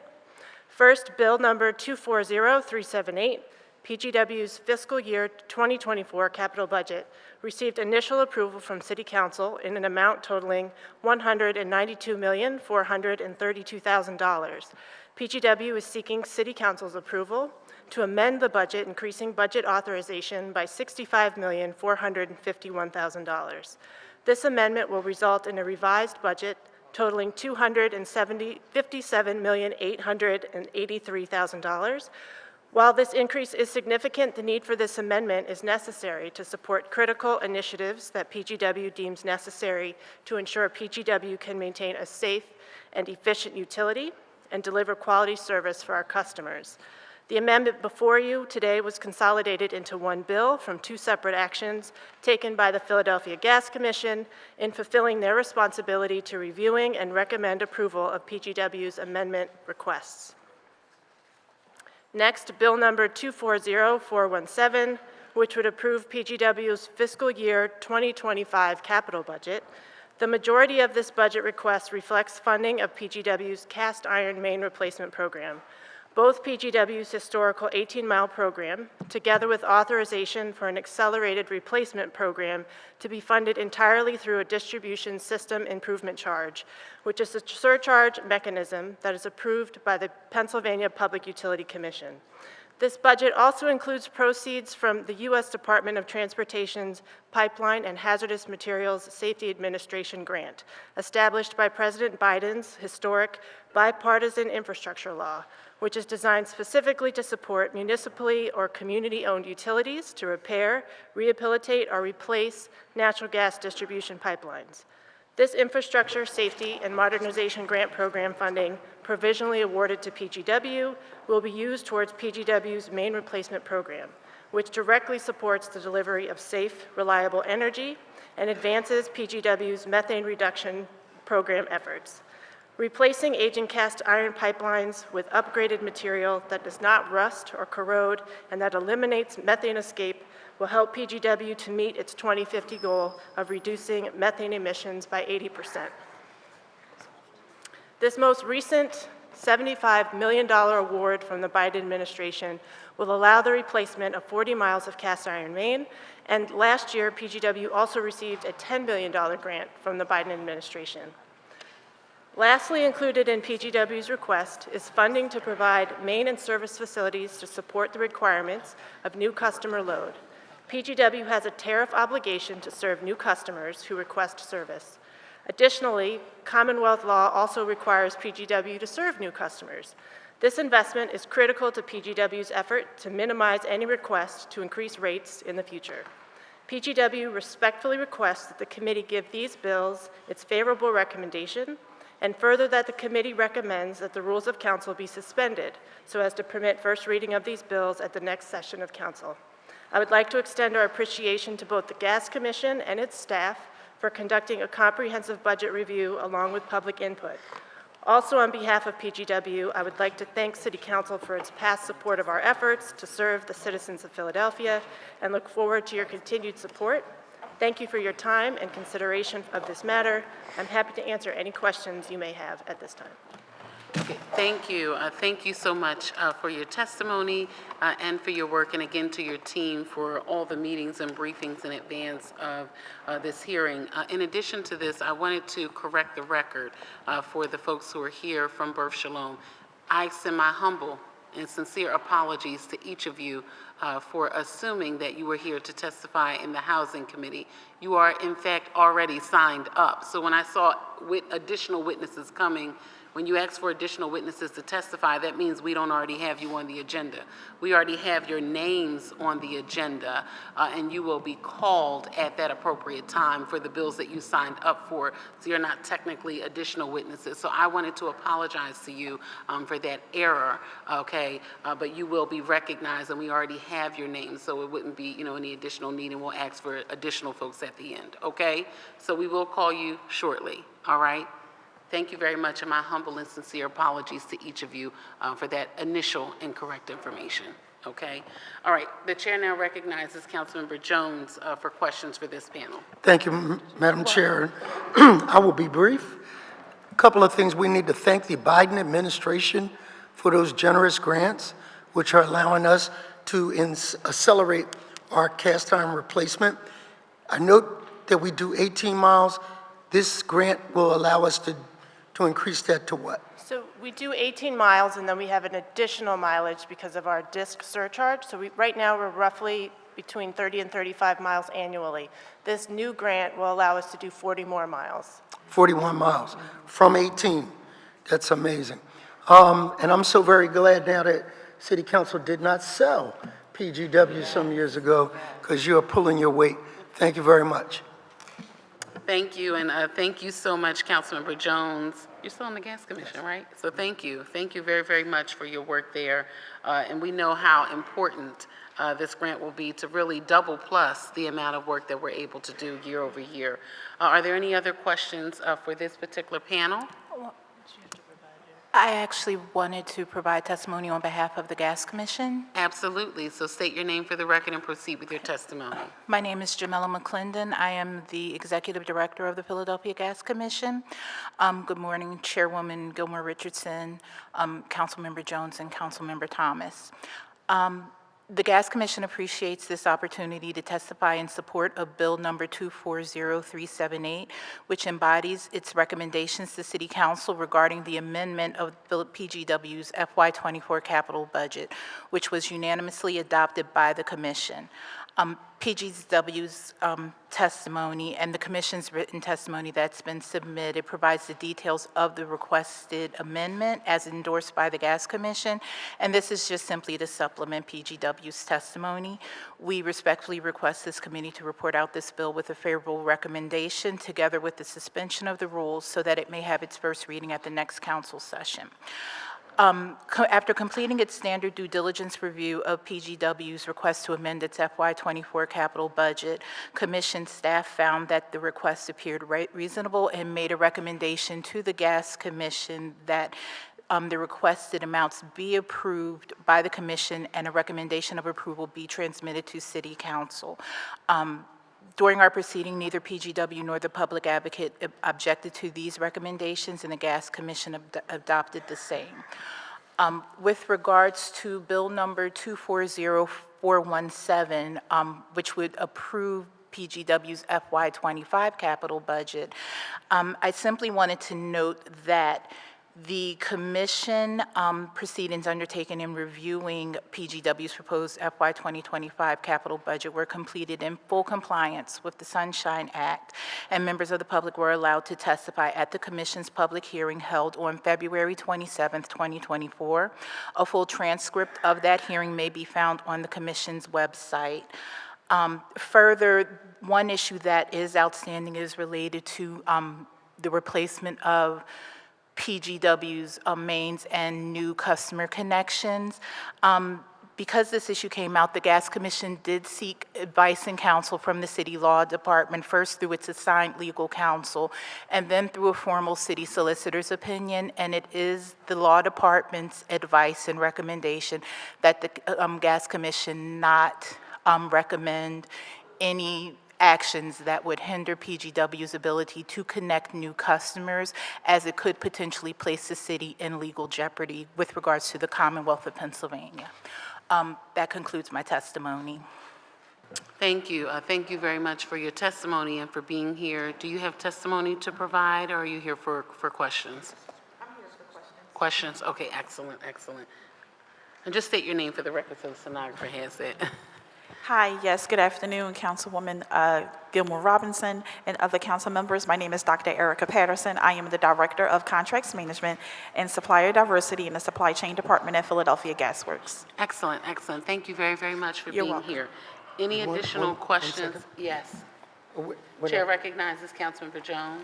Yeah, I wanted to put on the record a thank you on behalf of the residents of Booth Shalom, because they're, because of the rules that are fairly applied in place for medical exemptions, the individuals that live there now are still getting gas because of you. And if you are a entity, a utility, without a heart, then you don't do what you can for the public and the consumers that actually pay the bills. So I just want to, on the record, thank the Gas Commission, PGW, for their following of the rules with an eye towards humanity. And I want to put that on the record. Thank you so much. Thank you, and thank you so much to Councilmember Jones and Gail, who's here from Winfield Heights, who has been working diligently with our community members in Winfield Heights and at Booth Shalom. And if I can add just that we care deeply about the residents of Booth Shalom and are wanting to work and continue to support on all the ways that we are able to while we work through this process. Thank you. Thank you very, very much. Chair now recognizes Councilmember Thomas. Good afternoon. Thank you all for being here. Appreciate the work that's being done, similar to what my colleague said. Clearly, when folks come down to City Council to testify most of the time, they're not coming to tell us the great job that we're doing. I'm hearing that there's going to be significant testimony from residents in a particular issue, on a particular issue, and I'm asking that if the residents are looking to testify specifically about issues related to your department, that you just give us your word that you'll stay, listen to their testimony, and be willing to work with us for whatever issues are about to be communicated as it relates to the concern of the residents. Thank you. Thank you. Thank you so very much for being here. We have no additional questions or comments from members of the committee, and so we thank you for your testimony. Thank you. Thank you. The chair now recognizes for public comment on bill number 240417, and I will call you in groups of 3. John Sams, Jane Harvey, and Rabbi Julie Greenberg. Okay. And also Tara Fake, Cynthia Ibarra, Peter Furyk, Pamela Darville, and Jackson Hart. If you could just come up. And Karen Melton.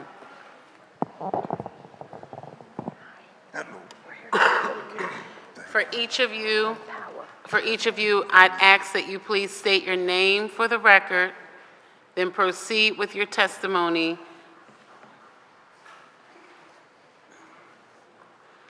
And if you can, please proceed with a summarized version of your testimony because we do have another housing hearing at 2 o'clock.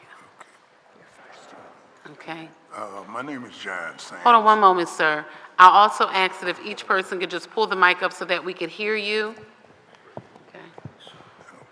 All right. Okay. Okay. Please state your name for the record and proceed with your testimony. Okay, my name is John Sams. I'm a resident at Brith Shalom. I've lived there for 2.5 years.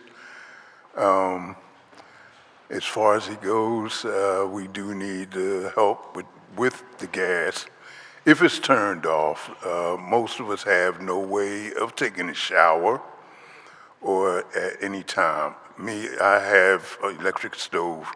It takes about a half hour just to heat the water up. And it's very, very, how can I say, hard. For anybody else, they would have to take a cold shower. I don't even like taking a cold shower. But we do need somewhere that's going to help us so that we can have a place that's stable. Most of us don't have anywhere. We have to move. If they shut the place down, I don't know what's going to happen. Living on the streets is no joke. I've lived on the streets already. Don't like it. The ones that's there at the Brith Shalom done lived there a very long time. For the 2 years that I've lived there. Just excuse me.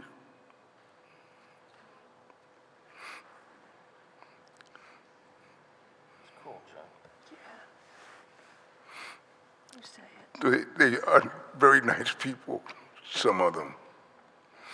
But I can't say. Most of the people there are very nice. I've taken them as family. I'll say that. But what's going on right now is not fair. It's not fair at all. Not at all. If the gas gets cut off, what the ones is going to do? Right now, there's still people there that are paying rent where they shouldn't have to. The court said no. The owners or so-called people that's there right now, they're telling them, pay. Where they can save their money and move, they have nowhere to go. There are people that's 90, there's a few people there that's in their 90s. What are they going to do? It don't make sense. It's wrong. It's wrong. The people can't even mail. You can't even pick up your mail. As far as the heating, right now, I don't know what else I can say. I'm fed up. The management don't really want to do anything for anybody there. They're heartless. They're heartless. And I'm just here to speak on that. And if some type of budget can be done, we're willing to work. I've had 2 letters from PGW asking me to help pay. If I could, I would. I'm on a fixed income. I'm sick myself. I got a defibrillator pacemaker in my chest. I got COPD, CHF. I done had half of my colon taken out. I can barely breathe right now. If I can help, I would. But I can't. I'm taking one day at a time, like everybody else. I've joined the American Legion. I do what I can. I love America. I serve the country. I still do what I can. But life goes on. So for Brit Shalom, love it. The place is nice. Can sit outside, enjoy the air, the people. Nice area. But you can't really enjoy it. You really can't enjoy it right now because you go over there right now, it's almost like a desert. The people there, they want you to go. I don't know what else to say. That's about all. Appreciate your time. Thank you. Please, PGW, help us. We need your help. We need your help. Good job. Well done. Thank you. That was good. Well, we thank you for your service, and we thank you for being here and for providing testimony. I wanted to recognize our district member, Councilmember Jones. Thank you, Madam Chair.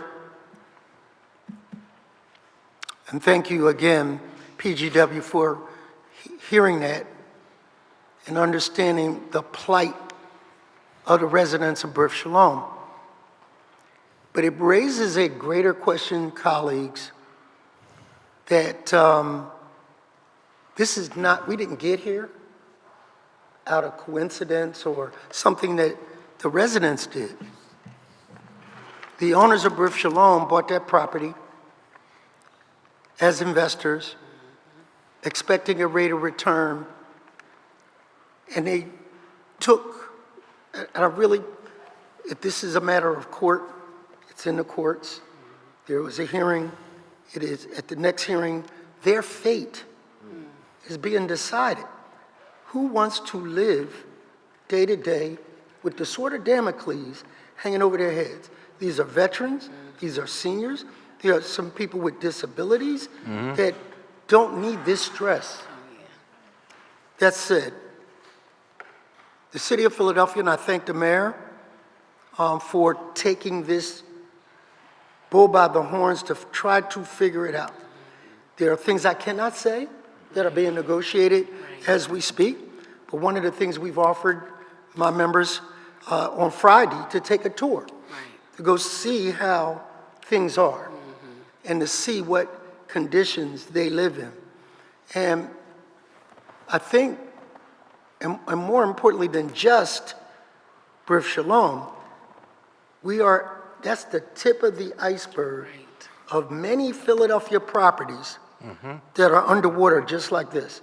From Center City, a lot of them, all the way to the neighborhoods, where unscrupulous buyers go in, and it's right out of the movie Casino, where they buy it, they get it appraised, they take all the equity out, don't put any improvements back in, almost to kind of raid the value of the property.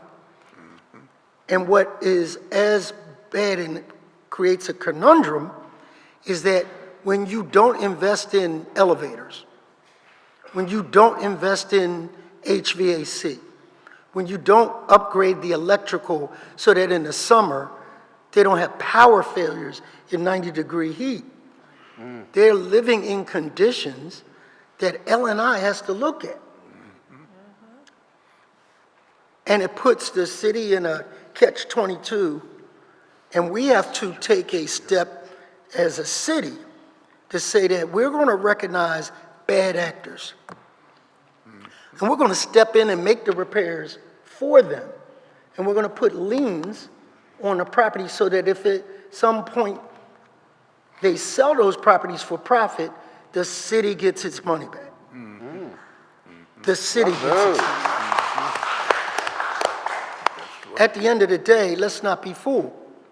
Brit Shalom is right down the street from Fairmount Park, a couple blocks from City Avenue. If this property was in New York City, it would be worth 10 times as much as it is. But speculators from all over the world are looking at Philadelphia and its undervalued market to say, here's an opportunity for us to swoop in at the cost of the residents who have lived there for decades. And I'm gonna just say this and I'm gonna get off my horse because we got a hearing to run. It is not just the fact that they're facing relocation. You're talking about familiar relationships that they know on Friday who does the fried chicken dinners. They know on Saturday who does the hair. They know their way on public transportation to their doctor's appointments. To uproot them in this manner, some of them at the fourth quarter of their life, is cruel and unusual. Punishment. And we as a city have to step in. Thank you, Madam Chair.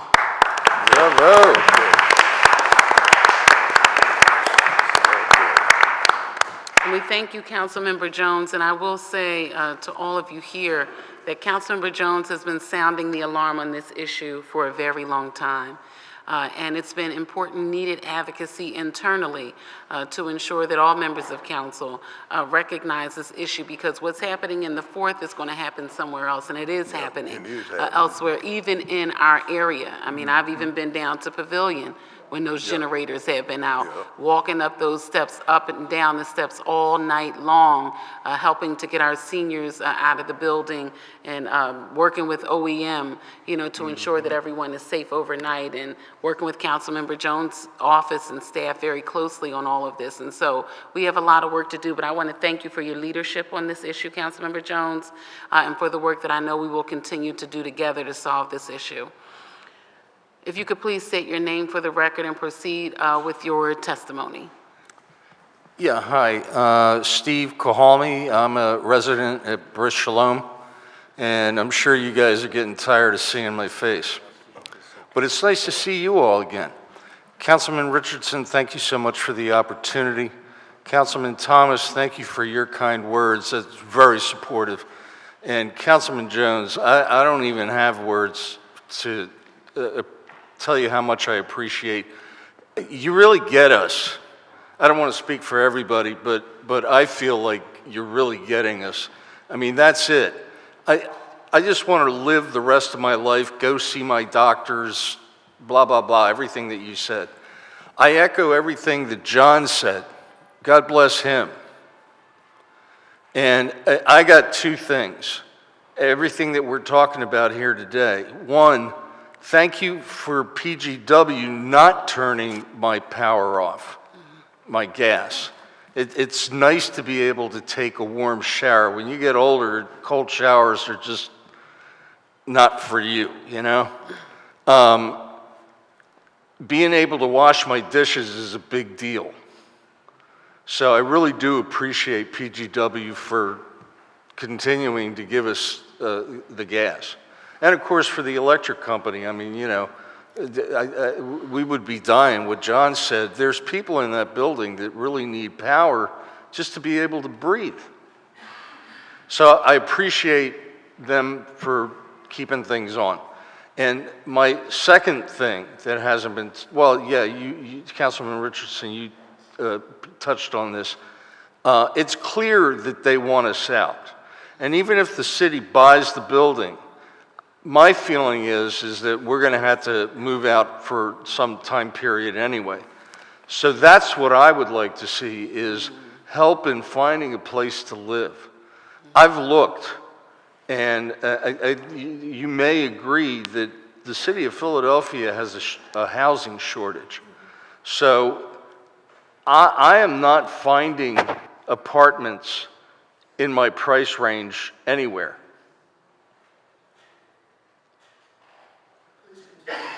Well, pretty pleased with sugar on top, that would be the other thing. Not everybody, and I don't want to move. You know, I told you guys this the last time I saw you. I'd like to stay where I am. I really like it there. I feel safe. I like the people that I live with. There's some really nice frickin' people there. I understand that you're coming to visit us on Friday. God bless you for that. Talk to some of these people. Some of my neighbors are really, you know, these are nurses and professional people. And as you said, Councilman Jones, you know, they're like in the fourth quarter. I'm one of the youngest people there. You know, and I told you the last time, I've been through the shelter system in Philadelphia, and God bless you for that. I know I'll survive that if I have to go back into that. But my neighbors, a lot of them aren't going to be able to do that. So they really, really need your help for those that want in finding a place to live, because that is just not easy. A lot of folks have family members that have, I don't know, moved them, or, you know, so they've got other support. But then there's a lot of people that don't have any support. So anyway, all right. Thank you so much for the time. I appreciate it. And thank you so much for your effort and caring, because that's the hardest thing, is finding somebody that really gives a damn. Thank you so much. I appreciate it. Thank you. Thank you again, Steve. Thank you for joining us again in council. And I just wanted to state for the record, because I understand that our Office of Homeless Services has been working with this group, and I want to thank them for working with the individuals at Birth Shalom during this time. And I know that working together with OHS, that they'll be able to help as many of you as possible with the issues that you all are facing, okay? And so I just wanted to put that on the record to say thank you to OHS, who's been working with the residents at Birth Shalom. If you could please state your name for the record and proceed with your testimony. Julie Greenberg. Okay, please proceed with your testimony. Thank you, council members. I direct the climate justice and jobs work at Power Interfaith, and I want to start by saying that Power Interfaith stands with our neighbors at Birth Shalom. PGW should not cut off the energy in their time of need. We've talked with constituents in every district across the city, and we work with a couple foundational values that come up from the communities. Everyone deserves to have access to the energy they need at a rate they can afford. And we need a rapid and just transition from fossil fuels to clean, renewable energy in order to protect the health and well-being of people here in Philadelphia and around the world. For these reasons, we need City Council to provide much more robust oversight and direction to PGW, our publicly owned gas utility. We and partners across the city are developing lots of ideas about what specifically is needed over the long term. And today we want to repeat an immediate request for amending the capital budget ordinance that we've shared with council members in a sign-on letter. We disagree with the opinion that the Gas Commission has relied on. Our attorney has filed a detailed brief about why we strongly disagree. PGW should not be allowed to spend $19 million on new gas infrastructure without complying with the law to do a cost-benefit analysis. We also want to address a proposal from the Gas Commission to limit the role of the public in shaping future PGW budgets. We need to have a voice in our energy future. The Gas Commission is trying to limit the role of the public in these discussions. This isn't a new conversation. We've been testifying at city council hearings about PGW for 5 years already. And with legal representation, we've been intervening in regulatory proceedings before the Philadelphia Gas Commission and the PA Public Utility Commission for 3 years now. But as utility costs escalate and the climate emergency grows increasingly urgent, the need for City Council to take action is greater than ever. We call on City Council to provide much more oversight and direction for PGW. My colleagues will share a little more. Thank you. Thank you. Thank you very much for your testimony. I'll say your insightful testimony, which is generating much conversation amongst the committee. But we thank you very, very much for being here and for all the advocacy of Power, because you all were a part of our climate advocacy committees when I was chair of Council's Committee on the Environment. Yes. And so I thank you for that work and everything that you all have been doing Thank you for to all of show your up work. and represent in this space. And thank you for locking arms with the residents at Berth Shalom and following their lead relative to advocacy. Chair now recognizes Councilmember Thomas. I just wanted to say thank you for your testimony, and also to make sure that you're aware that we did have a hearing as it relates to this particular issue, specifically looking at how do we meet some of our 250 carbon neutrality goals and what we need to do to work with PGW and other partners. That conversation will be continued this fall, so please look out for a date for a hearing, specifically looking to address some of the concerns that you communicated and figure out how do we work with our utility partners to make sure that we're doing the best job that we Thank you so possibly much. can. And So if thank you would contest their position on June 11th, that they don't want the public, they don't want Power and other community groups involved in these conversations, we would like to be part of shaping our energy future. Well, I'll tell you this, when we do the hearing, the conversation will be public. You'll be allowed to come participate in public testimony, and we'll make sure that the platform exists for you to be able to communicate some of the concerns that you have, and we'll ask that all of our utility partners be open to the conversation and be willing to listen to insight, not just from this legislative branch, but from constituents that they serve in general. So thank you for your advocacy. Thank you. Thank you. Thank you very much, Councilmember Thomas. And for the record, we have 16 additional witnesses that need to testify for this hearing today, several other bills and resolutions. We have another committee hearing at 2 o'clock. We have another committee hearing slated at 4 o'clock.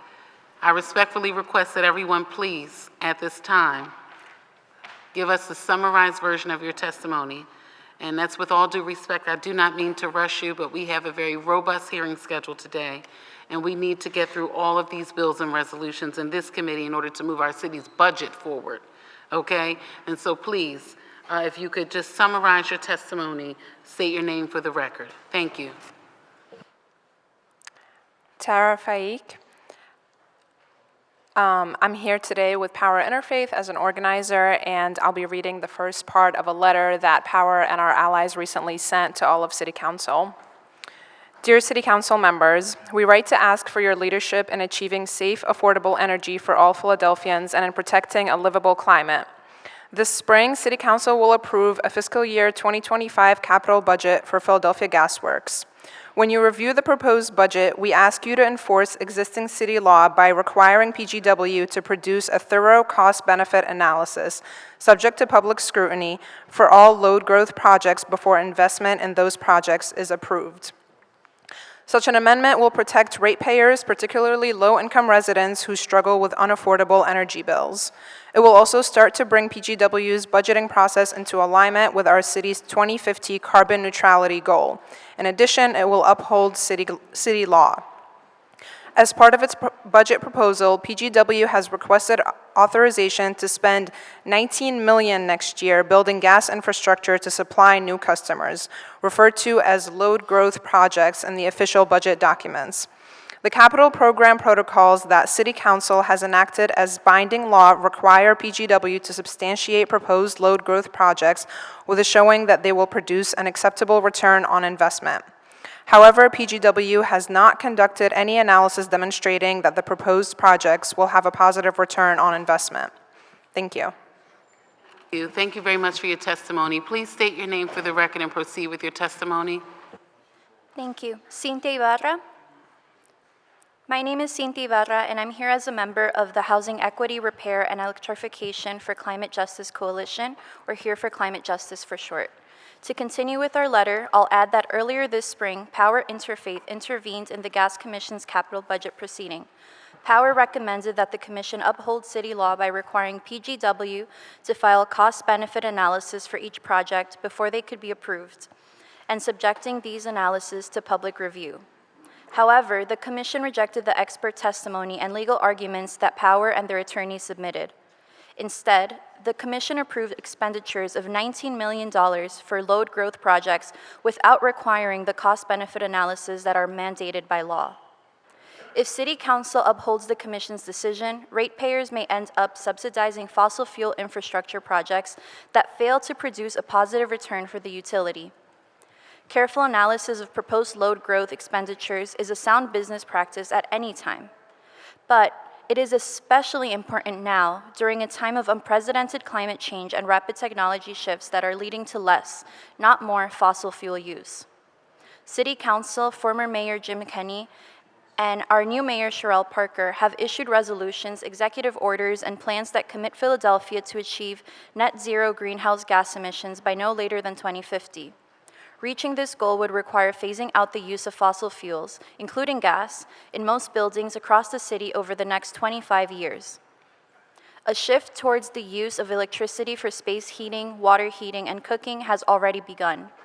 That shift will accelerate as residents and businesses take advantage of federal tax credits, grants, and rebates made available through the Inflation Reduction Act. Lastly, I also want to briefly uplift the ask that City Council step in to prevent a PGW gas shutoff at Brit Shalom. Thank you. Thank you. Thank you very much for your testimony and for being here today. If you could please state your name for the record, proceed with your summarized testimony. My name is Peter Furch, also a member of Power Interfaith. I will read the last part of this letter. We should expect demand for natural gas to decline rapidly in Philadelphia in the coming years. Under those circumstances, there is a significant risk that many investments in new gas infrastructure may not produce a positive return on investment. We need thorough cost-benefit analyses in order to determine whether or not it is sensible for PGW to carry out each load growth project, or if it would be necessary to impose additional charges on new customers in order to cover the cost of those projects. PGW's proposed budget is not aligned with the city's 2050 carbon neutrality goal. It does not account for the accelerating pace of building electrification and investment in building efficiency upgrades in our city, and it ignores the PGW capital program protocols that the City Council has enacted. City Council must act to protect ratepayers and ensure that PGW follows city law. We urgently need your leadership. Thank you. And this was signed by Power Interfaith, Citizens Climate Lobby, Philly Chapter, Clean Air Council, Green Party of Pennsylvania and Philadelphia, Penn Environment, Penn Future, Philly DSA, Philly Thrive, Physicians for Social Responsible PA, and Sierra Club PA. And that's the end of the letter. I also stand behind Brit Shalom and want to point out that Brit Shalom is not the only building in Philadelphia that has these issues, that you need to be looking at many more, coming up with a wider policy. Thank you. Thank you very much for your testimony. Thank you for representing so many groups. Okay, if you could state your name for the record and proceed with your summarized version of your testimony. Okay, sure. Thank you. My name is Pamela Darville, and I live in Germantown, section of Philadelphia. I'm the co-chairperson of Powers. I'm the co-chairperson of Powers Climate Justice and Jobs Act. There it is. Okay. You know, I just want to say I'm not an environmentalist. Don't ask me how a heat pump works. I don't know. But what I do know is this. I was born and raised in Miami, Florida, the Liberty City section, and I know what it's like, you know, to experience being unbearably hot And I know what it's like to grow up in a neighborhood that has no trees or parks, swimming pools. As a kid, I sat in my house during a hurricane praying that the roof didn't fly off the house. Our climate is getting hotter. We need some action. I just read that in Phoenix, close to 700 people died because of the heat. So this has to be addressed. The fact that PGW is asking for this enormous amount to expand this infrastructure is unacceptable. The fact that they are not transitioning to clean energy in a way in which it makes sense is unacceptable. As I said, I'm not an environmentalist, but I'm somebody that cares. I care about this city. I care about the fact that we have areas in this city where it is so hot that people are dying. This earth is warming. We need to do something about it. And you know what? We have a state constitution that mandates that the people in this city enjoy clean air and clean water. That's a mandate. And the fact that PGW ignores that is unacceptable. Now, the fact that the Gas Commission is going to probably approve on June 11th the fact that third parties can no longer engage in budget proceedings is unacceptable.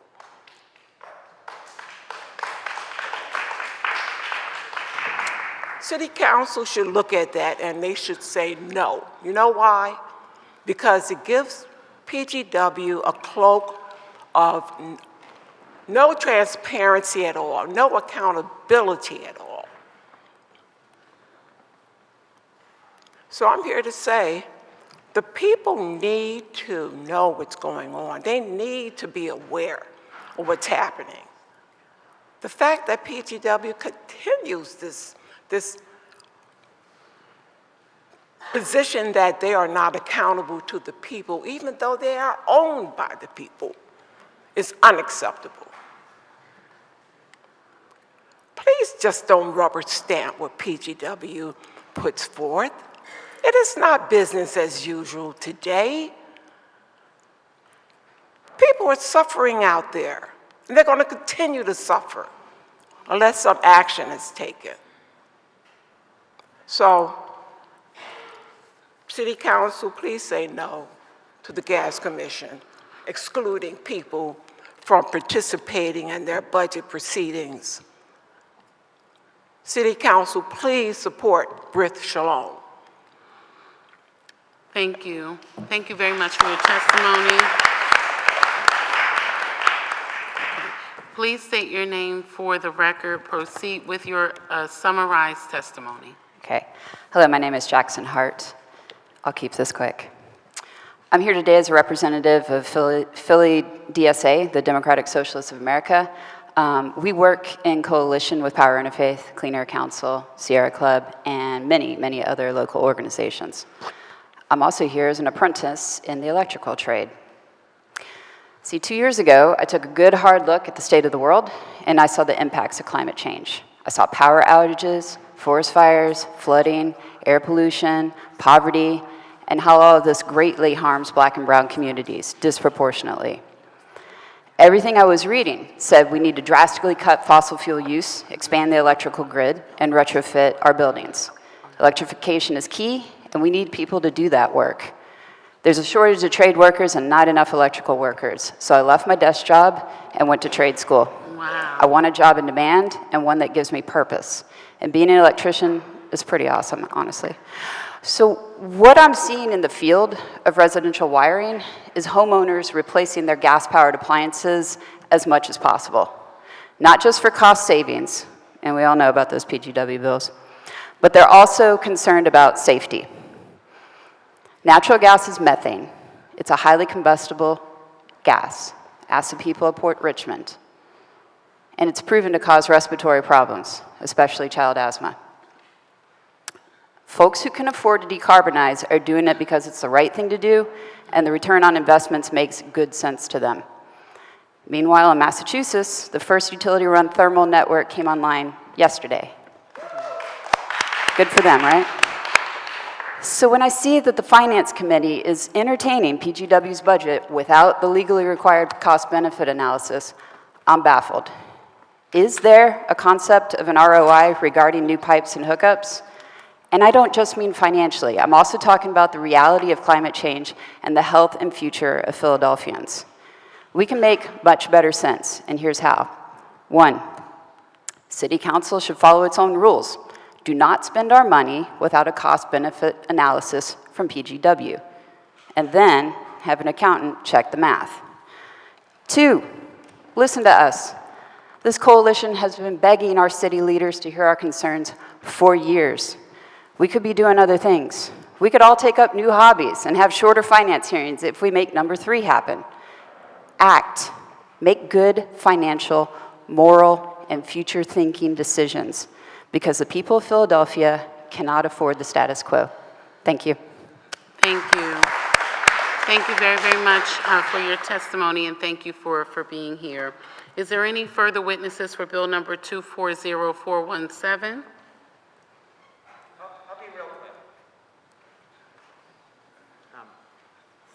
State your name for the record. Proceed with your testimony. How you feeling? Thanks, Councilmember Gilmore Richardson and other members of council. My name is Mitch Channon. I also work with Power Interfaith as well as DSA.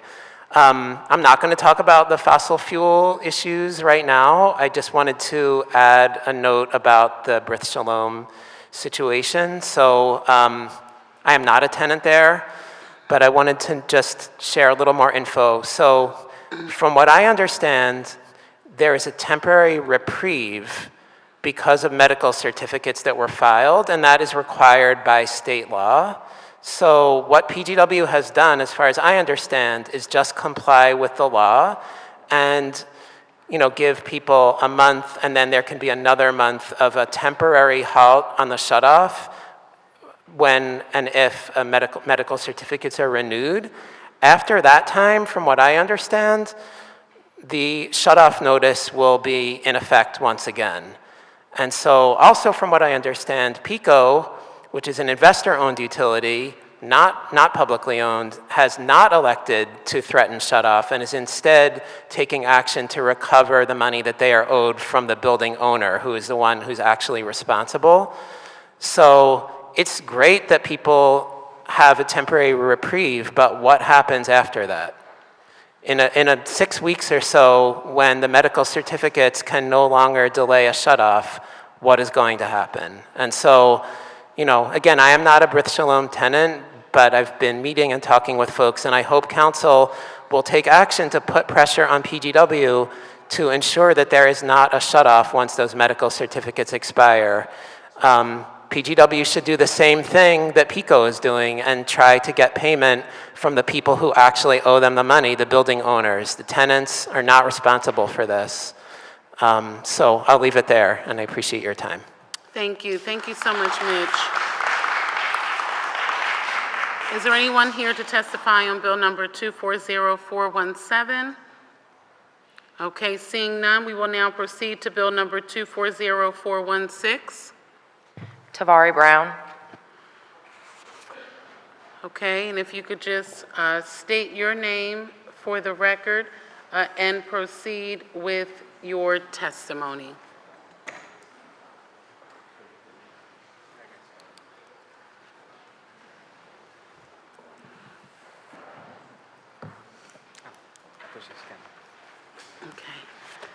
How's everyone doing? I'm Tavari Brown, Deputy Budget Director, and I'm here with...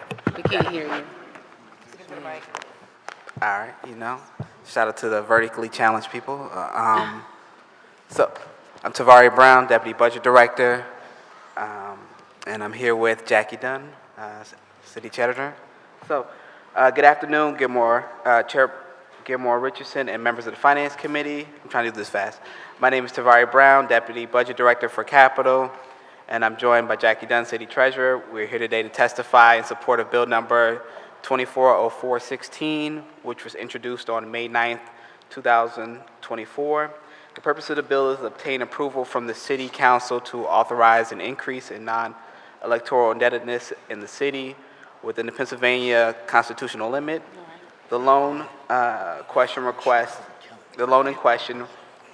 an increase in indebtedness in the amount not to exceed $311 million to fund the city's FY 2025 capital budget. The FY 25 loan authorization will be amended to reflect any equitable amendments to the FY 25 capital budget. So if things change, then we'll amend this in the future. As of May 31st, 2024, the city's legal debt limit is $17.133 billion, and the amount of the debt applicable to that debt limit is $2.533 billion. As a result, the city has a debt margin of about $14.6 billion. The FY25 capital budget for new general obligation, or GO bonds, is approximately $298.67 million. The proposed ordinance includes the new GO loan amount plus an additional 4% for cost of issuance. This brings the loan authorization amount to approximately $311 million. And the loan authorization, if approved, would finance capital projects in a number of categories, which include transit, streets and sanitation, municipal buildings, parks, recreations and museums, economic and community development, for a total of $311 million. On our written form, we have it kind of broken out by the numbers per category. And then I respectfully request that you report bill number 240416 out of committee with a favorable recommendation. And I further request that the rules of the council be suspended so as to permit the first reading at the next session of council. The FY25 loan authorization will be amended to reflect any applicable amendments to the FY25 budget. This concludes my testimony, and I'll be happy to answer any questions. Well, thank you. Thank you very much for your testimony. And again, thank you for meeting with my team and I on this bill and others. So I don't have any questions as of right now. Are there any other questions or comments from members of the committee? And obviously, you know, this is pending upon our process. But we thank you all very, very much for being here today and for your testimony. Thank you so much. Okay, we will now proceed. Is there anyone else here to testify on bill number 240416? Anyone else here to testify on bill number 240416? Seeing none, we will now proceed with bill number 240467. Dr. Frank Franklin, Catherine Levins, and Robert Brooks. Okay, thank you very, very much. Please state your name for the record and proceed with your testimony. Good afternoon. Oh, okay. All right, thanks a lot. Good afternoon. Dr. Frank Franklin for the Department of Public Health. Chair Gilmore Richardson and council members, I serve as the Interim Health Commissioner, and joining me today is Ryan Taylor, Chief Operating Officer. I'm pleased to say in a few words about my support for Bill 240467 related to the Philadelphia Hospital Assessment, which is before you today. First, let me provide a little background. The purpose of this ordinance is to renew an existing assessment that has been in place since 2009. I hope you will join with past Philadelphia City Councils to approve this ordinance with the same strong support as they did. In fact, the ordinance before you expands the program to include additional hospitals, specifically children's hospitals and cancer hospitals. This assessment allows the city and the state to generate federal Medicaid matching funds for a program that brings federal money to Philadelphia. As you know, Medicaid is a program that provides health insurance to people with low or no income. This ordinance mirrors enabling state legislation that is expected to pass in Harrisburg. Next, I want to talk about who benefits from this hospital assessment.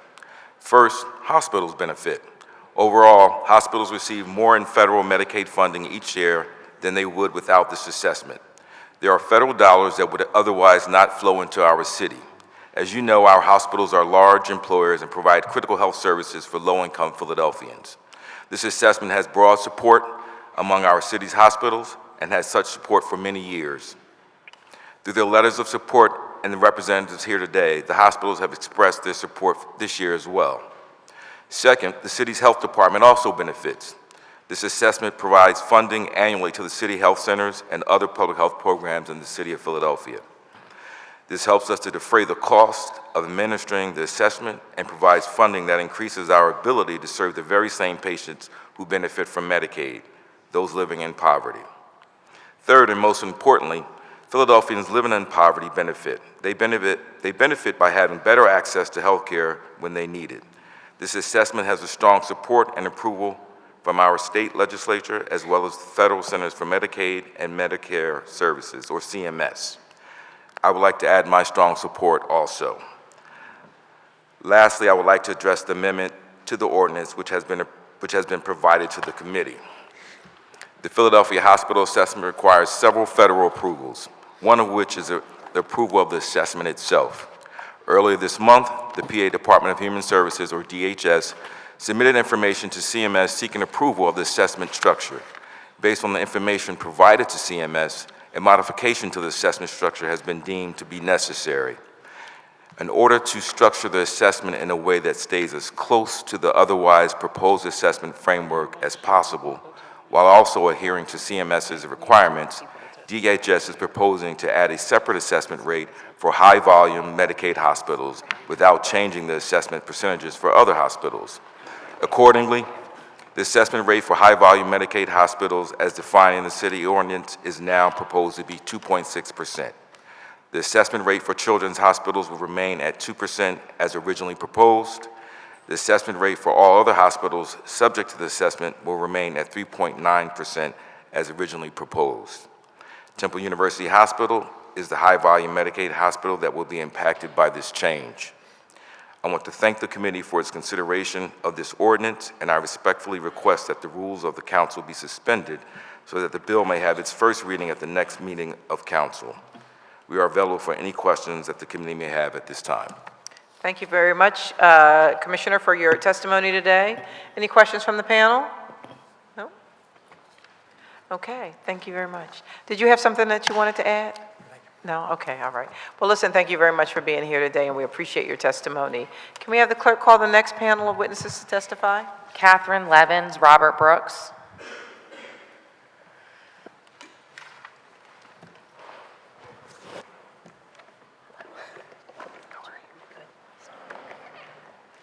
Good afternoon. Hi, Kathy. How are you? Doing well, Good to see you. Councilwoman.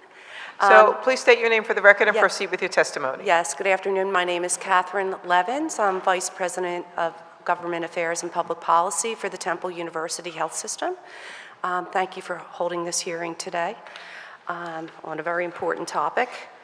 On behalf of Temple University Health System, I want to express our firm support for Bill number 240467.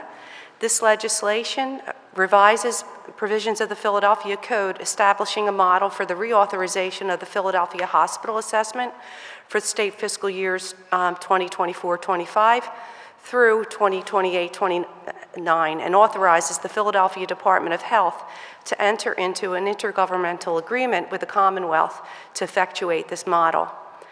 To illustrate the significance of this assessment, I want to share some background on Temple Health. Through our physicians, nurses, and our employees of Temple Hospital, Fox Chase Cancer Center, and Chestnut Hill Hospital, we provide comprehensive services to improve the health and quality of living in the neighborhoods we serve. Our hospitals provide indispensable health services to the residents of Philadelphia, which is the largest city in America that does not have a public hospital. Among Pennsylvania's full-service safety net providers, Temple University Hospital serves the greatest volume and the highest percentage of patients covered by Medicaid. In addition to our main campus on North Broad Street, Temple Hospital includes our Episcopal, Northeastern, Jeans, and our future women's campus, all of which provide valuable services to many of Philadelphia's less advantaged residents. Located in Kensington, our Episcopal campus is known for its recovery-oriented behavioral health treatment programs offering a welcoming approach for those who are affected by mental illness and co-occurring disorders. Temple serves as a critical access point for public health services. We cared last year for over 150,000 patients in our emergency department, about 11,000 in our psychiatric response center, 1,600 in our inpatient behavioral health unit, and delivered about 2,000 infants. About 86% of our inpatients are covered by government programs, half of whom are covered under Pennsylvania's Medicaid program. I turn now to the hospital assessment and explain why this is so important to Temple Health, as well as to the City of Philadelphia's healthcare delivery infrastructure. The fees that the City of Philadelphia collects through the assessment serve as the state share of expenditures that qualify for federal matching funds under Pennsylvania's Medicaid program. The assessment program enables the Commonwealth to provide more adequate reimbursement to hospitals to the care they provide to patients covered by Medicaid. These reimbursements are necessary to ensure continued access to the broad array of high-quality medical services upon which Philadelphians rely. The reauthorization model under consideration by this council updates the assessment revenue base from state fiscal year 2016-17 to fiscal years 21 to 22. It also reduces the funding risk to the Medicaid program by shifting a portion of disproportionate share payments to other payment structures, including indirect medical education payments. This reduces the hospital's reliance on disproportionate share payments, which are a potential risk due to the scheduled reduction in the Commonwealth's allotment for disproportionate share payments that are scheduled to take effect next year. Temple Health appreciates the steps that are taken by the Pennsylvania's Department of Human Services and supported by the city to safeguard the Medicaid payments through this change in methodology.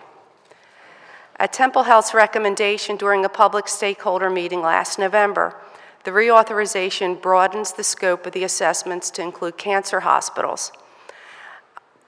In addition, the children's hospitals, which were previously excluded.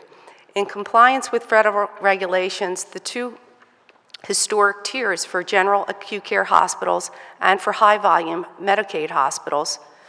This broadened scope allows the Medicaid payment increases to include the children's and cancer hospitals while maintaining the program stability for the others. 16 years ago, before the Philadelphia first implemented its hospital assessment program, hospitals were receiving less than 80% of the cost of caring for those covered by Medicaid. This resulted in severe pressures on hospital operations, leading to hospital closures and reductions in its services. The Philadelphia assessment helped stem these losses by ensuring that hospitals receive more adequate reimbursement. Thus, it is in the best interest of the city and its residents that the council support this means to secure additional dollars needed to ensure continued access to high-quality, equitable health care. In short, the Philadelphia Hospital Assessment is a critical element of Philadelphia's healthcare delivery system. Therefore, I respectfully urge your continued support for this bill, incorporating the amendments presented today. On behalf of the Temple Health family, I thank you for your unwavering commitment to all Philadelphians, especially those who rely on our hospitals and our affiliated physician practices. I'm happy to answer any questions you might have.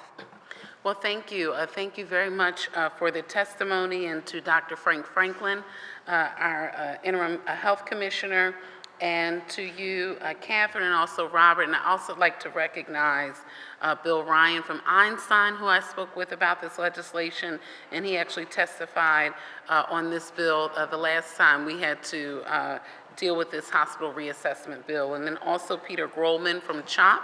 I wanted to thank him and his team, and of course the Penn Medicine team, Kevin Mahoney, Steve Cobb, and the entire team. I just wanted to say thank you to all those that we had the opportunity to speak with in advance of this hearing today. So I'm very grateful for your attendance and for your testimony, for the information that you provided. Okay. Thank you. Just state your name for the record. I'm Robert Brooks. Yes, please proceed with your testimony. Good afternoon, Chair Gilmore Richardson and members of the Finance Committee. My name is Robert Brooks, and I'm the President and COO of St. Christopher's Hospital for Children. I appreciate the opportunity to share information about our work serving children of this community. For almost 150 years, St. Christopher's has provided exceptional pediatric health care to children in the most economically challenged neighborhoods in Philadelphia. We serve as a vital safety net for countless children and their families. 85% of St. Christopher's patients are insured by Medicaid. This is the highest percentage of any children's hospital in America. Since Medicaid reimbursements only cover a fraction of the full cost of providing care, St. Christopher's must seek other support to close that gap. In addition, St. Christopher's is not compensated for the majority of the vital community outreach that we do to address longstanding social inequities that significantly impact the children and the families that we serve. These services include financial assistance to families, legal services, and many other programs that help address economic instability, food insecurity, inequities in education, transportation, and many more. Despite the challenges, we are proud to provide these additional services and will continue to do so because the children and the families we serve deserve the best possible care regardless of what zip code they are born into. St. Christopher's is a national leader in education. The pediatric physicians, nurses, and other healthcare professionals of the future are trained at St. Chris. 53 colleges and universities send their students to St. Christopher's for pediatric training, including virtually every medical school in Philadelphia, making St. Christopher's one of the most important pediatric training centers in the nation and a critical educational resource for this city. As we speak today, there are 132 medical residents and fellows, 364 visiting medical residents from other schools, and over 525 other students learning at St. Christopher's. These are our future healthcare providers. Finally, the economic contributions that St. Christopher's makes to our surrounding neighborhoods, as well as to the city of Philadelphia as a whole and the Commonwealth of Pennsylvania, are substantial. St. Christopher serves as an economic engine helping to sustain the community, employing almost 2,000 individuals, 54% whom live in Philadelphia, and 85% whom live in the counties surrounding in Pennsylvania. In tax impact, St. Christopher's has $155 million in payroll that annually contributes $12.2 million in city wage taxes and $12.6 million in state taxes. In addition, because the property that our building is on is owned by a for-profit company and leased back to us to operate, the hospital pays $341,000 a year in real estate taxes. In conclusion, please know that Philadelphia Assessment will have a significant impact on St. Christopher's Hospital for Children and the young patients and families that we serve. It will allow us to access the federal resources with city and state approval to continue to operate and provide care for the medically underserved children in North Philadelphia for the foreseeable future. This is truly a lifeline that provides stability and predictability for our future. Thank you for your time today, and I'm happy to answer any questions. Well, thank you again. Thank you for your testimony, and thank you for being here. We appreciate your testimony today. Are there any questions or comments for witnesses for this panel? The chair now recognizes Councilmember Jones. So I just want to thank you guys for the valuable service you provide to our constituents. In the case of Einstein, one of your favorite patients thanks you and the way you have treated her, my mother-in-law, for the record, and making her feel like an extended part of the hospital family. Not just because she's my mother-in-law, but because she's a constituent taxpayer. And for a hospital and institutions like Temple as well, to do these things, you are a good neighbor. You are an employer, taxpayer, all those good things, because wage taxes count too. I just want to say, in the case of Temple, you have served as our mass unit during the uptick in violence. Everybody knows that the doctors there are trained in emergency response, second to none in the nation. The U.S. military sends their trainee doctors to your hospital to service our servicemen around the world. So it does not fall on deaf ears that we understand the symbiotic relationship that this city has with your institutions. And I wanted to put on the record, thank you. And I appreciate your comments, but I have to add to that we would not be able to do it without the partnerships that we have with City Council, with the administration, with the Commonwealth. And we're very proud of I think that we can say that here in Philadelphia, it doesn't matter. You mentioned the zip codes. You can get the same care at Temple Hospital and our other institutions, no matter what zip code you're from, that you're going to get, at Bryn Mawr or some other communities. So it's all of us together strive to make sure that it's equitable health care. And to your point about working in training in our emergency department, people do come and they want to do their rotations, they want to do their residency so that they can take that out into the world. And again, we couldn't do it without you. Well, we're grateful for the partnership. Thank you. Thank you again for your testimony. Is there anyone here to testify on Bill number 240467 whose name has not been called? Okay, seeing none, we will now proceed to Bill number 240470. And I will again ask that everyone please abbreviate your testimony. We have 1, 2, 3, 4, 5, 6, 7 additional witnesses that we need to hear from today, and we need to conclude this hearing within the next 30 minutes. Dawn Somerville.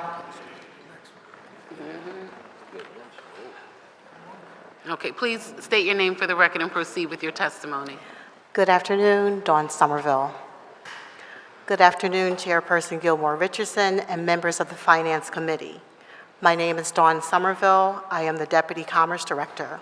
I'm here to testify on Bill number 240470, which would authorize the City of Philadelphia to apply to the Commonwealth for the extension of the Keystone Opportunity Zone benefits for 4 projects: Schuylkill Yards, Eastwick Project, Navy Yard, and West Parkside.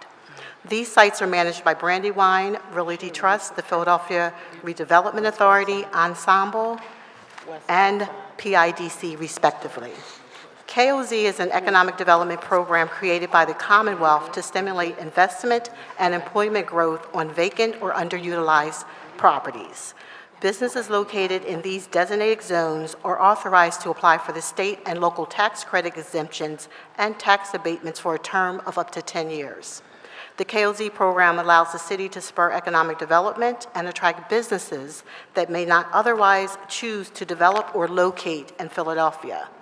This state program has been a critical tool in the region's economic development toolkit, helping to offset the high cost of development in Philadelphia, attracting hundreds of millions of dollars in private investment and generating more than 10,000 local jobs in our city. In fact, much of the development Philadelphia has seen in the past 20 years on vacant industrial sites has been incentivized in part by the KOZ program. In order to keep KOZ benefits in place, the city is required to submit a KOZ extension application to the PA Department of Community and Economic Development at least 90 days prior to expiration, or October 1st. The application must include a copy of City Council legislation authorizing the city to submit the application. Akin to previous rounds of KOZ designations and extensions, the city will require each owner to enter into a payment in lieu of taxes agreement, pilot, in the amount of 110% of what otherwise would have been the real estate tax liability for the unimproved property for the duration of the KOZ benefit. The 110% agreement generates revenue from the redevelopment of KOZ sites. In addition to these agreements, all KOZ beneficiaries are required to submit a career-connected learning plan to ensure there are apprenticeship and workforce opportunities for Philadelphia School District students. An economic opportunity plan is also required to show evidence of equitable contract use, which may include financial investment, design, construction, and operations. The KOZ program provides a unique opportunity to leverage educational and workforce development opportunities for Philadelphians. The city remains committed to working with developers and businesses to ensure that we create meaningful opportunities and access for underserved Philadelphians and their families. As a reminder, the state will not approve a KOZ extension application without council approval, school district approval, and the aforementioned city requirements that are in place. This program continues to play a vital role in Philadelphia's economic development. Thank you for the opportunity to testify. I'm happy to take questions at this time, but also would like to acknowledge I'm joined by members of the Commerce Department. Thank you. Thank you so much for your testimony and to the members of the Commerce Department who are also here with us this afternoon. Know that I did check in with all of my district colleagues related to the specific projects in their areas to ensure that they did not have any additional questions or concerns. So I thank you for working with them in advance as well and for all the work that you all have done on this particular bill. The chair now recognizes Councilmember Jones. Thank you, Madam Chair. Very briefly, I want to thank the Commerce Department for all the wonderful work it does, and I don't mean to give you more work, but I know you can handle it. What I think might be helpful, particularly for our newer members, is a codification of programs based on location, empowerment zone or wherever, that says if I find a business interested in locating here, here's all of the different things they are eligible for. And as an alumni of Commerce Department, I don't need that, but it might be helpful for the newer members to be able to be your cheerleader when it comes to recruiting of firms. And again, thank you and your team, sincerely. You only have to look at the skyline, and not just of downtown, but in neighborhoods. EMSCO in my district is an office building owned and operated by a minority concern that would not be there but for commerce. So thank you. Thank you, Councilmember Jones, for those recommendations. We are happy to provide that information to the newer members of council. I think that's a great idea, and we're happy to make sure we get that over. Thank you so much. Thank you, Councilmember Jones, and thank you very much for your testimony. Is there anyone here to testify on bill number 240474 or 470 whose name has not been called? Anyone else here to testify on bill number 240470 whose name has not been called? Seeing none, we thank you very much for being here today. We thank you for the work of Commerce and for your testimony. We will now proceed with our last bill, bill number 240494. Mark Dodds.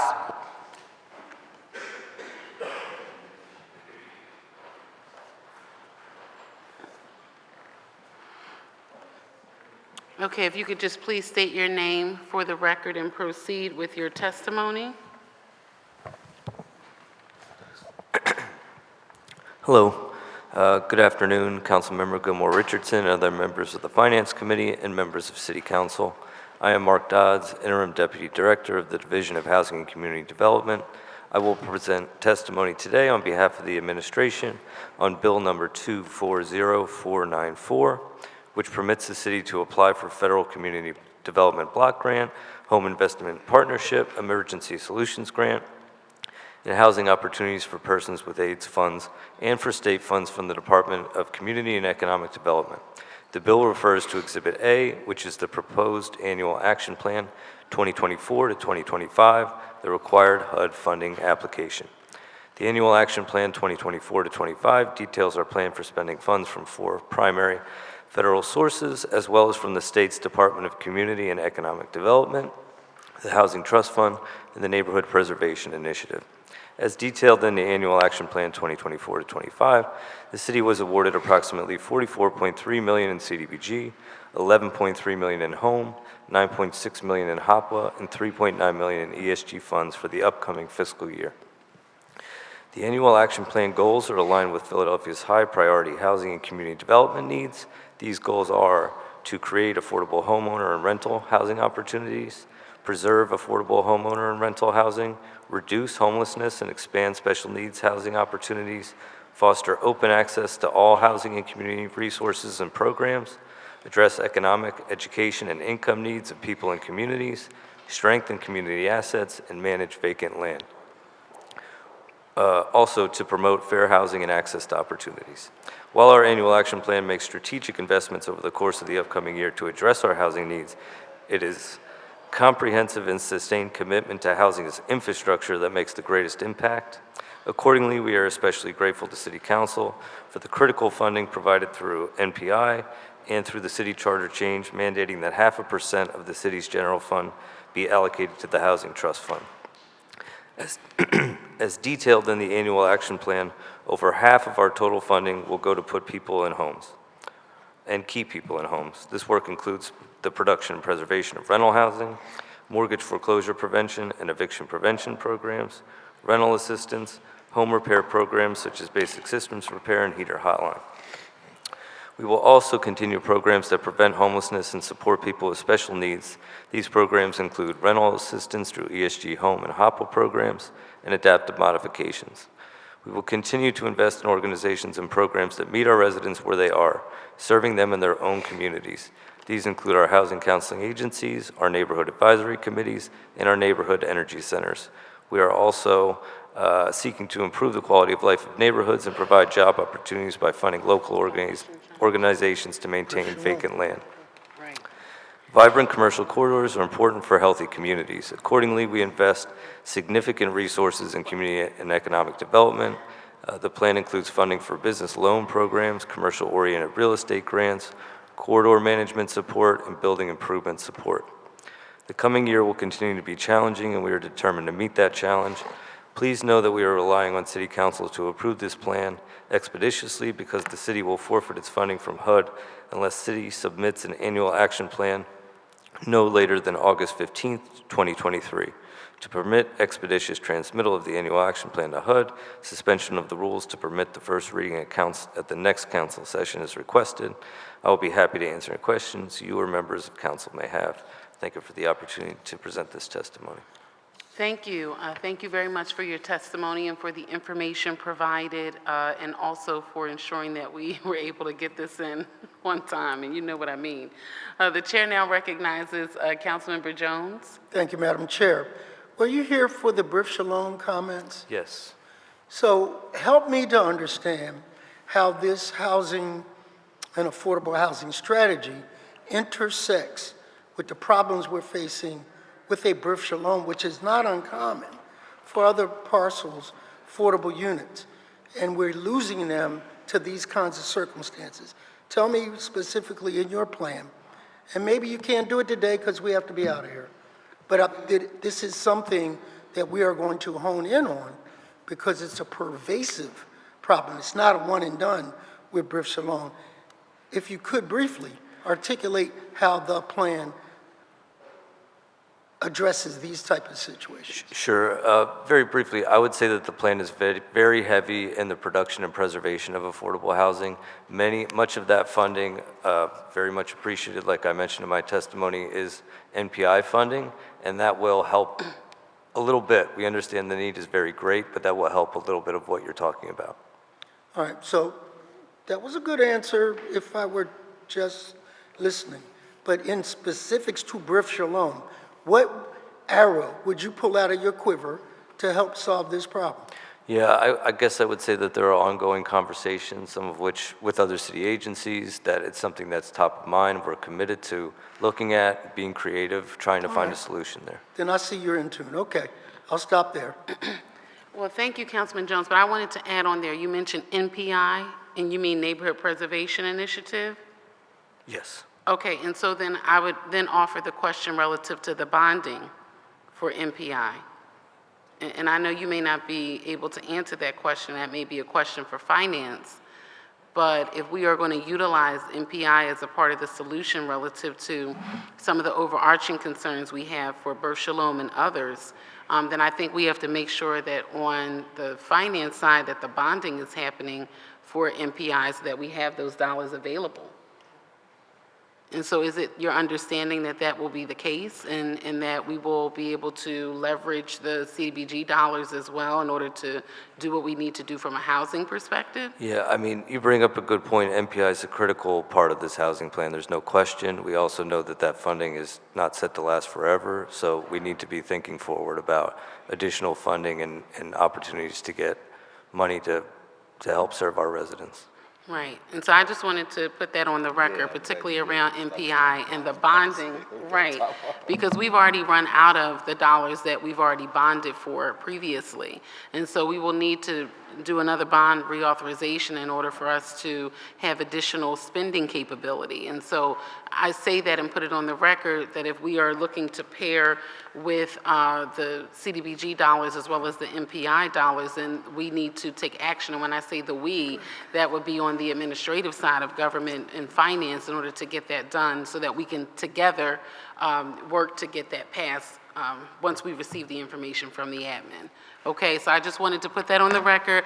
Rob DeBoe, if you're there and listening, I'm just putting that on the record for MPI, okay? And then we'll be able to have a further discussion at another time so that we do have that spending flexibility, okay? Thank you very much. Thank you, Councilmember Jones, Thank you, for Madam that Chair. question.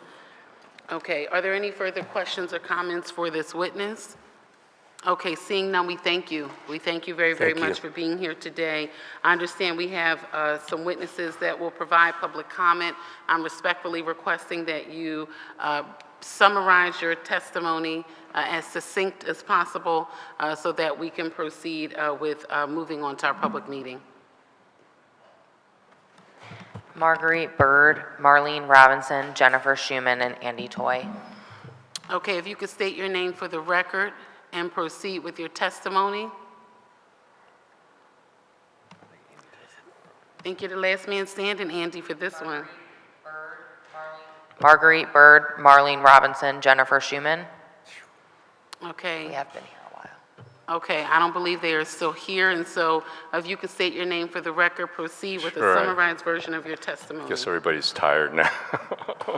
You're tired, I'm sure. Good afternoon again, Chairperson Gilmer Richardson and City Council members. My name is Andy Toy, and I am still the Policy Director for the Philadelphia Association of Community Development Corp. If you were here, you would understand. Before you would understand. Right. And thank you for the opportunity to testify on Bill number 240494 to approve the adoption of the city's annual action plan submission to the U.S. Department of Housing and Urban Development. We'd also like to thank the city staff at DHCD and the Commerce Department and beyond who worked so hard to finalize the plan. I'll skip through some of my other things. We have just 4 points that we want to raise around the plan. We are in support of it. We know that the city has developed a true appreciation for the important work of housing counselors that housing counselors undertake, and we want to thank the city for increasing the budget over the last 2 years. Housing counselors play a critical role in eviction diversion, foreclosure prevention, first-time home buying support, as well as other issues. Now that CDBG CARES funding previously allocated has come to an end, we need to make sure that we continue to support and sustain the housing counseling ecosystem we have built in Philadelphia. Number 2, the plan represents a significant new resources to support home ownership, as well as rental housing production and preservation, which is critical to having a balanced approach. We also urge the city to expand support for shallow rent subsidies aimed at low-income households living in subsidized units to both add to the stability of our affordable housing supply while assisting low-income households to make ends meet. And then 3, while the administration has said its Kensington strategy would include traditional and/or permanent supportive housing resources for the unhoused suffering from opioid use disorder, it's unclear how those investments are reflected in this plan. The line items for homeless and special needs housing programs are largely flat, with the exception of development financing for homelessness and special needs housing. which has been eliminated. Similarly, we do not see increased home repair funding that would be needed to help longtime homeowners in Kensington remain in their homes reflected in the plan. It would be helpful to better understand how the administration intends to allocate these resources to accomplish its goals in Kensington. And fourth, commercial corridors are the economic lifelines of our neighborhoods, yet many are still struggling with the new normal of the post-pandemic. We need to increase the targeted corridor management program funding to give our corridors a fighting chance. Similarly, we need to increase funding for the CDC Neighborhood Economic Development Support Program to better support organizations doing a range of economic development work. And lastly, as mentioned in previous testimony, we look forward to working with the City Council and the administration to provide much-needed resources for CDC general operating support, as well as to support a rapid property acquisition fund over the coming months. We would love to see that somewhere in a budget. Again, we thank the administration for their dedication to housing and economic development for all Philadelphians, and thank City Council and the Finance Committee for the opportunity to testify this afternoon. Thank you. Thank you so much, Andy, for your testimony and for staying with us today. We thank you for your work as policy director, and we will not give you that promotion executive director just yet. Still. Okay. All right. Thank you very, very much. Have a good day, Andy. Thanks a lot. Okay. All right. We will now proceed with resolution number 240027. Crystal Yates Gale. Okay. Please state your name for the record, and you can proceed with your testimony.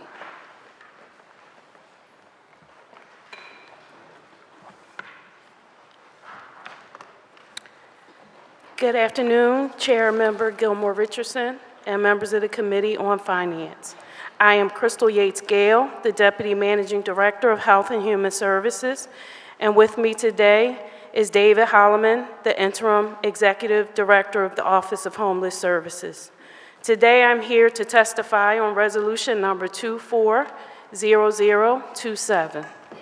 The mission of the Office of Homeless Services is to lead, coordinate, plan, and mobilize resources to make homelessness rare, brief, and non-recurring in the city, in pursuit of Mayor Parker's vision to improve quality of life and effectively deliver impactful services for all Philadelphians.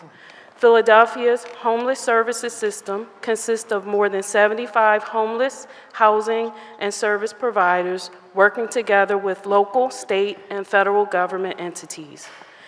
In 2020, the world experienced a shock to our system when the COVID pandemic arrived in our country. The Office of Homeless Services responded to the need for more housing with social distancing, additional cleaning, sanitizing, and increased security. An encampment resolution on the Benjamin Franklin Parkway in 2020 created an additional strain to the housing system. And just in the past few weeks, the office has responded to the displacement of residents as a result of the closure of an apartment complex where most of the residents are seniors. A fire occurred at another large apartment complex where the Office of Homeless Services assisted. According to the U.S. Department of Housing and Urban Development, between 2022 and 2023, the number of people experiencing homelessness increased by 12%. Since 2021, the number of people experiencing sheltered homelessness, which in layman's terms are the number of people in emergency shelters, transitional housing, or safe haven programs, has increased each year. Homelessness in the United States is an urgent public health issue and a humanitarian crisis. Philadelphia, as the poorest large city, is not immune to the impact of homelessness. Housing is a social determinant of health, and the lack of a place to call home has a negative effect on the health of the people who are experiencing being unhoused. I would also like to publicly thank the employees at the Office of Homeless Services for answering the call to work toward ending homelessness in Philadelphia. We acknowledge this is a difficult time for the agency. Currently, there are 2 investigations related to the overspending at the agency. One is being conducted by the Office of the Inspector General. We would be happy, well, you already have, I'm sorry, the preliminary report. The second, a forensic financial investigation, is being conducted by a reputable accounting firm. The Office of Homeless Services also recognizes the need to evaluate all providers to ensure quality services are being offered. The Boots to the Ground program is in its first year and will enhance the regularly scheduled and unscheduled assessments of shelters, and we are happy to answer your questions. Thank you. Well, thank you very much for your testimony, and thank you very much for your patience and for being here.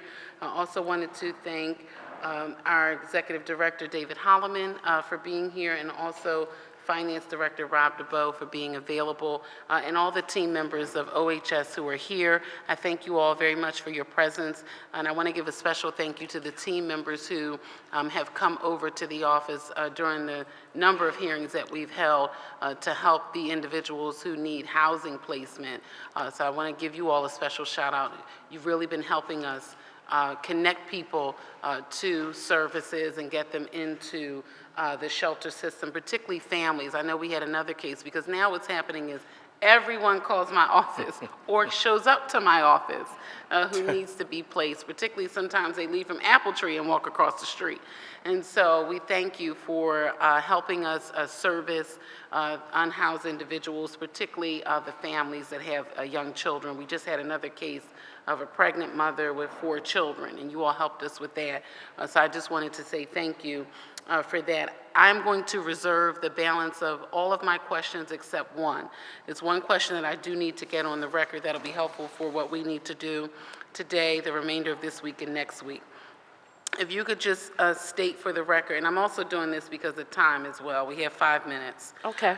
Can you please state for the record that the Office of Homeless Services budget as proposed is sufficient to cover all expenses and maintain service levels for all of fiscal year '25? Madam, answering that question, in all honesty, the current budget as proposed, if we're considering the $15.9 million, it is. And I am committed as a taxpayer also to make sure that we do that. I also want to say and put on the record that we don't know what other emergencies will come up, but for the current system, for the current services it provides, for the office's administration, yes. Okay, and I just want to put on the record so I can be clear that we are seeking to work together with you all relative to the 15.9, which was the 16.1, which we now know is down to the 15.9, that we don't see reflected in the detail, even if we take into consideration the City of Philadelphia Budget Office FY25 operating budget under Office of Homeless Services departmental summary increases and decreases of all funds. And because we just received the response back from the 20-page memo, and we just had our meeting yesterday, we haven't had a chance to go through the 51 or 52 pages that we've received, but we know that we have some concern relative to even the first 3 that we were able to go through relative to the contract amounts, relative to some providers that have sub-service under different names or 2 or 3 different locations, and the amounts are still not matching up. And so I just want to put that on the record too, that we are seeking to work together with you all to figure this out, but that it is our understanding as of this moment, even after reviewing the departmental summary for the increases and decreases for all funds for your department, that the 15.9 is still not reflected in the original FY25 proposed budget detail that you all sent to us. And so even though in the budget in brief it states the amount, we are not seeing that amount reflected, and the only thing we can do is vote on what we have. And then we're trying to go through with you all what we need to do to gain clarity on the remainder of the contracts that are in question, that where sometimes the numbers don't match and things of that nature. Affirmative, understood. We'll speak to Rob DeBoe and his team to make sure that you get the document that you requested. Okay. And we really appreciate your willingness to meet with us to collaborate. Right, right. And so we appreciate that, and we look forward to working with you. And so are there any other questions or comments for this witness? Okay, seeing none, we thank you very, very much for being here. Thank you, Okay? ma'am. Thank you Thank so you. much.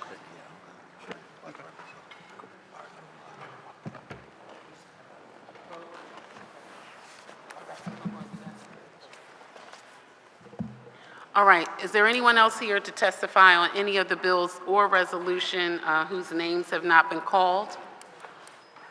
Okay, seeing none, we will now move into our public meeting. We will now recess the public hearing on resolution number 240027 and bill numbers 240372, 240373, 240374, 240375, 240377, 240378, 240379, 240416, 240417, 240467, 240470, and 240494 to go into a public meeting to consider the action to be taken on these bills. Clerk, will you please call the roll to take attendance? Members that are in attendance will please indicate that you are present when your name is called. Councilmember Driscoll. Councilmember Ahmad. Councilmember Bass. Present. Councilmember Thomas. Present. Councilmember Jones. Present. Chair Gilmore Richardson. Present, thank you.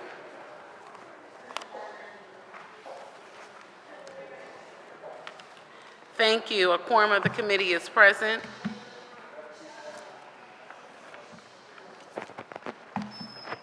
The chair now recognizes Councilmember Bass for a motion on the amendment to bill number 240379.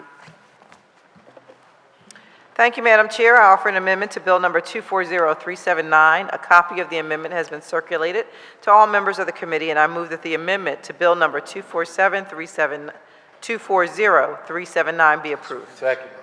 The chair notes for the record that Councilmember Thomas seconds the motion. It has been moved and properly seconded that the amendment to Bill Number 240379 be approved.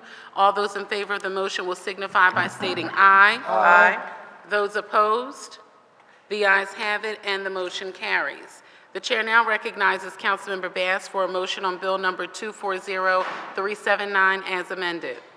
Thank you, Madam Chair. I move that Bill Number 240379 as amended be reported from this committee with a favorable recommendation, and further move that the rules of council be suspended to permit first reading of this bill at the next session of council. Second. The chair notes for the record that the bill has been seconded by Councilmember Thomas. It has been moved and properly seconded that Bill Number 240379 as amended be reported from this committee with a favorable recommendation, and further move that the rules of council be suspended as to permit first reading of this bill at the next section of council. All those in favor of the motion will signify by stating aye. Aye. Those opposed?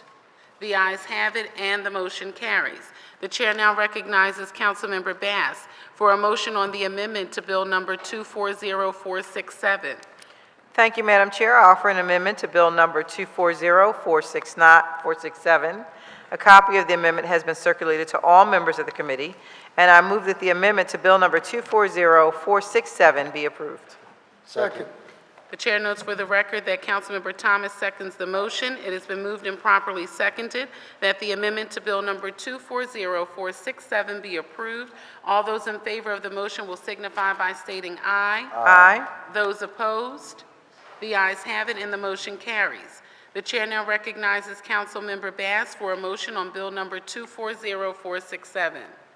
Thank you, Madam Chair. I move that Bill Number 240467 as amended be reported from this committee with a favorable recommendation, and move further that the rules of council be suspended to permit first reading of this bill at the next session of council. Second. It has been moved and properly seconded that Bill Number 240467 as amended be reported from this committee with a favorable recommendation, and further move that the rules of council be suspended as to permit first reading of this bill at the next session of council. All those in favor of the motion will signify by stating aye. Aye. Those opposed? The ayes have it, and the motion carries. The chair now recognizes Councilmember Bass for a motion on the amendment to Bill Number 240470. Thank you, Madam Chair. I offer an amendment to Bill Number 240470. A copy of the amendment has been circulated to all members of the committee, and I move that the amendment to Bill Number 240470 be approved. Second. The chair notes for the record that Councilmember Thomas seconds the motion. It has been moved and properly seconded that the amendment to Bill Number 240470 be approved. All those in favor of the motion will signify by stating aye. Aye. Those opposed? The ayes have it, and the motion carries. The chair now recognizes Councilmember Bass for a motion on Bill Number 240470 as amended. Thank you, Madam Chair. I move that Bill Number 240470, as amended, be reported from this committee with a favorable recommendation, and further move that the rules of council be suspended to permit first reading of this bill at the next session of council. Second. It has been moved and properly seconded that Bill Number 240470, as amended, be reported from this committee with a favorable recommendation, and further move that the rules of council be suspended as to permit first reading of this bill at the next session of council.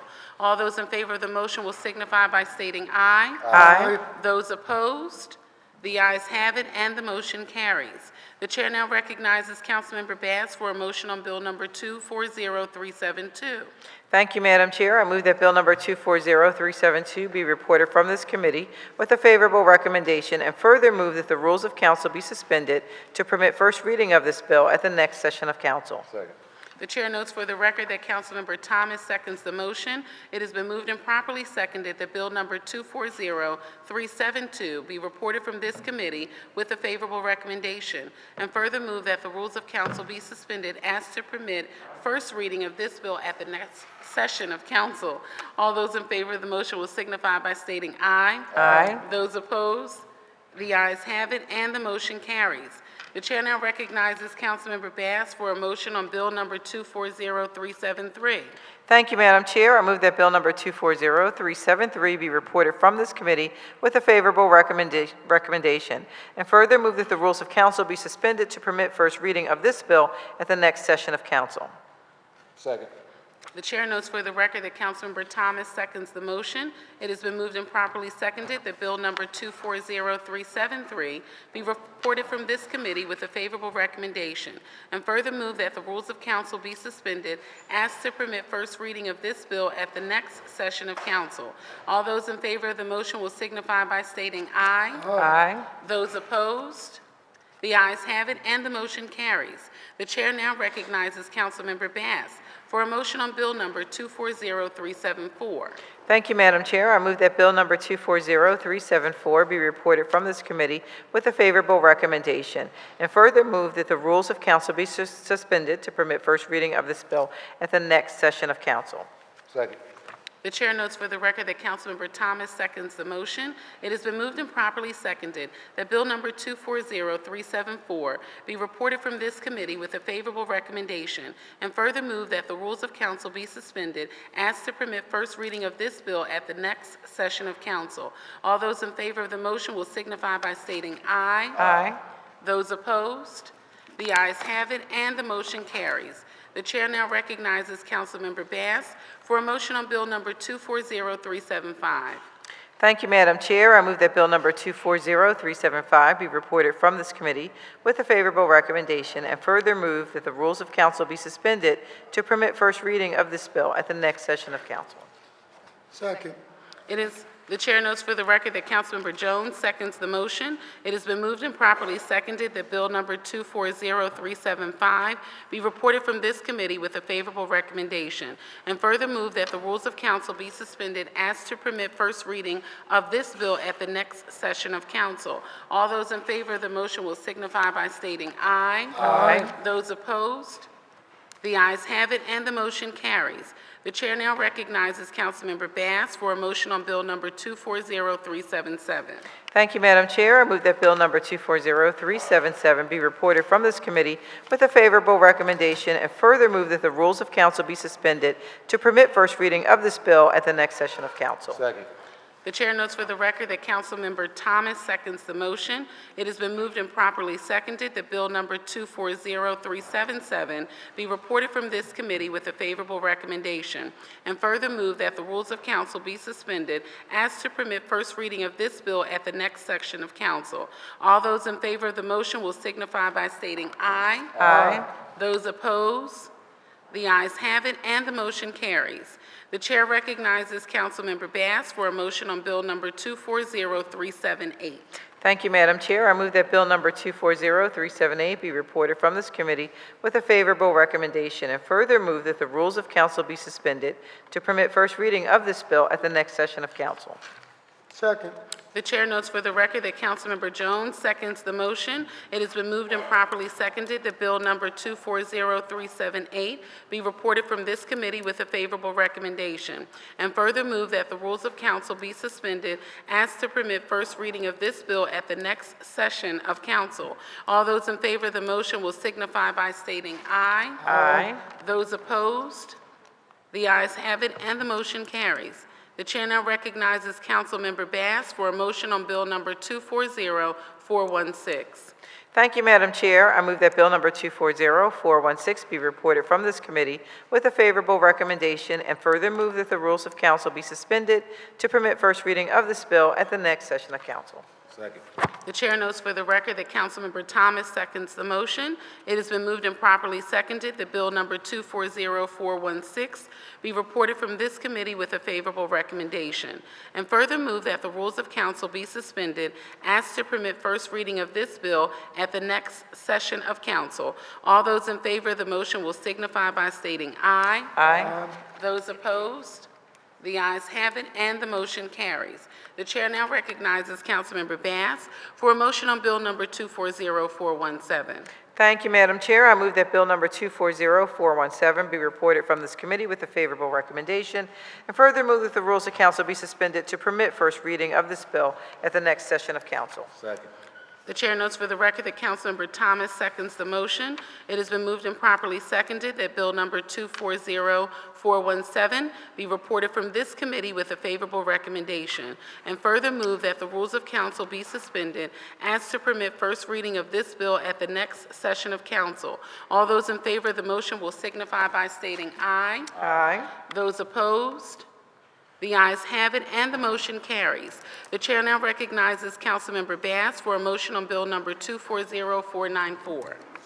Thank you, Madam Chair. I move that Bill number 240494 be reported from this committee with a favorable recommendation, and further move that the rules of council be suspended to permit first reading of this bill at the next session of council. Second. The chair notes for the record that Councilmember Thomas seconds the motion. It has been moved and properly seconded that Bill number 240494 be reported from this committee with a favorable recommendation, and further move that the rules of council be suspended as to permit first reading of this bill at the next session of council. All those in favor of the motion will signify by stating aye. Aye. Those opposed? The ayes have it, and the motion carries. There being no further questions from members of the committee and no other witnesses to testify, this concludes the business before the Committee on Finance today. Thank you all. Thank you, colleagues, so very much for your indulgence. Thank you, stenographer. Thank you to our tech team. Thank you to our Sergeant at Arms and our entire staff who makes this possible. Thank you, Eliza. Have a great day. Yeah, I gotta get some to eat. You need an hour. This man been here since 10. 4 hours. No, so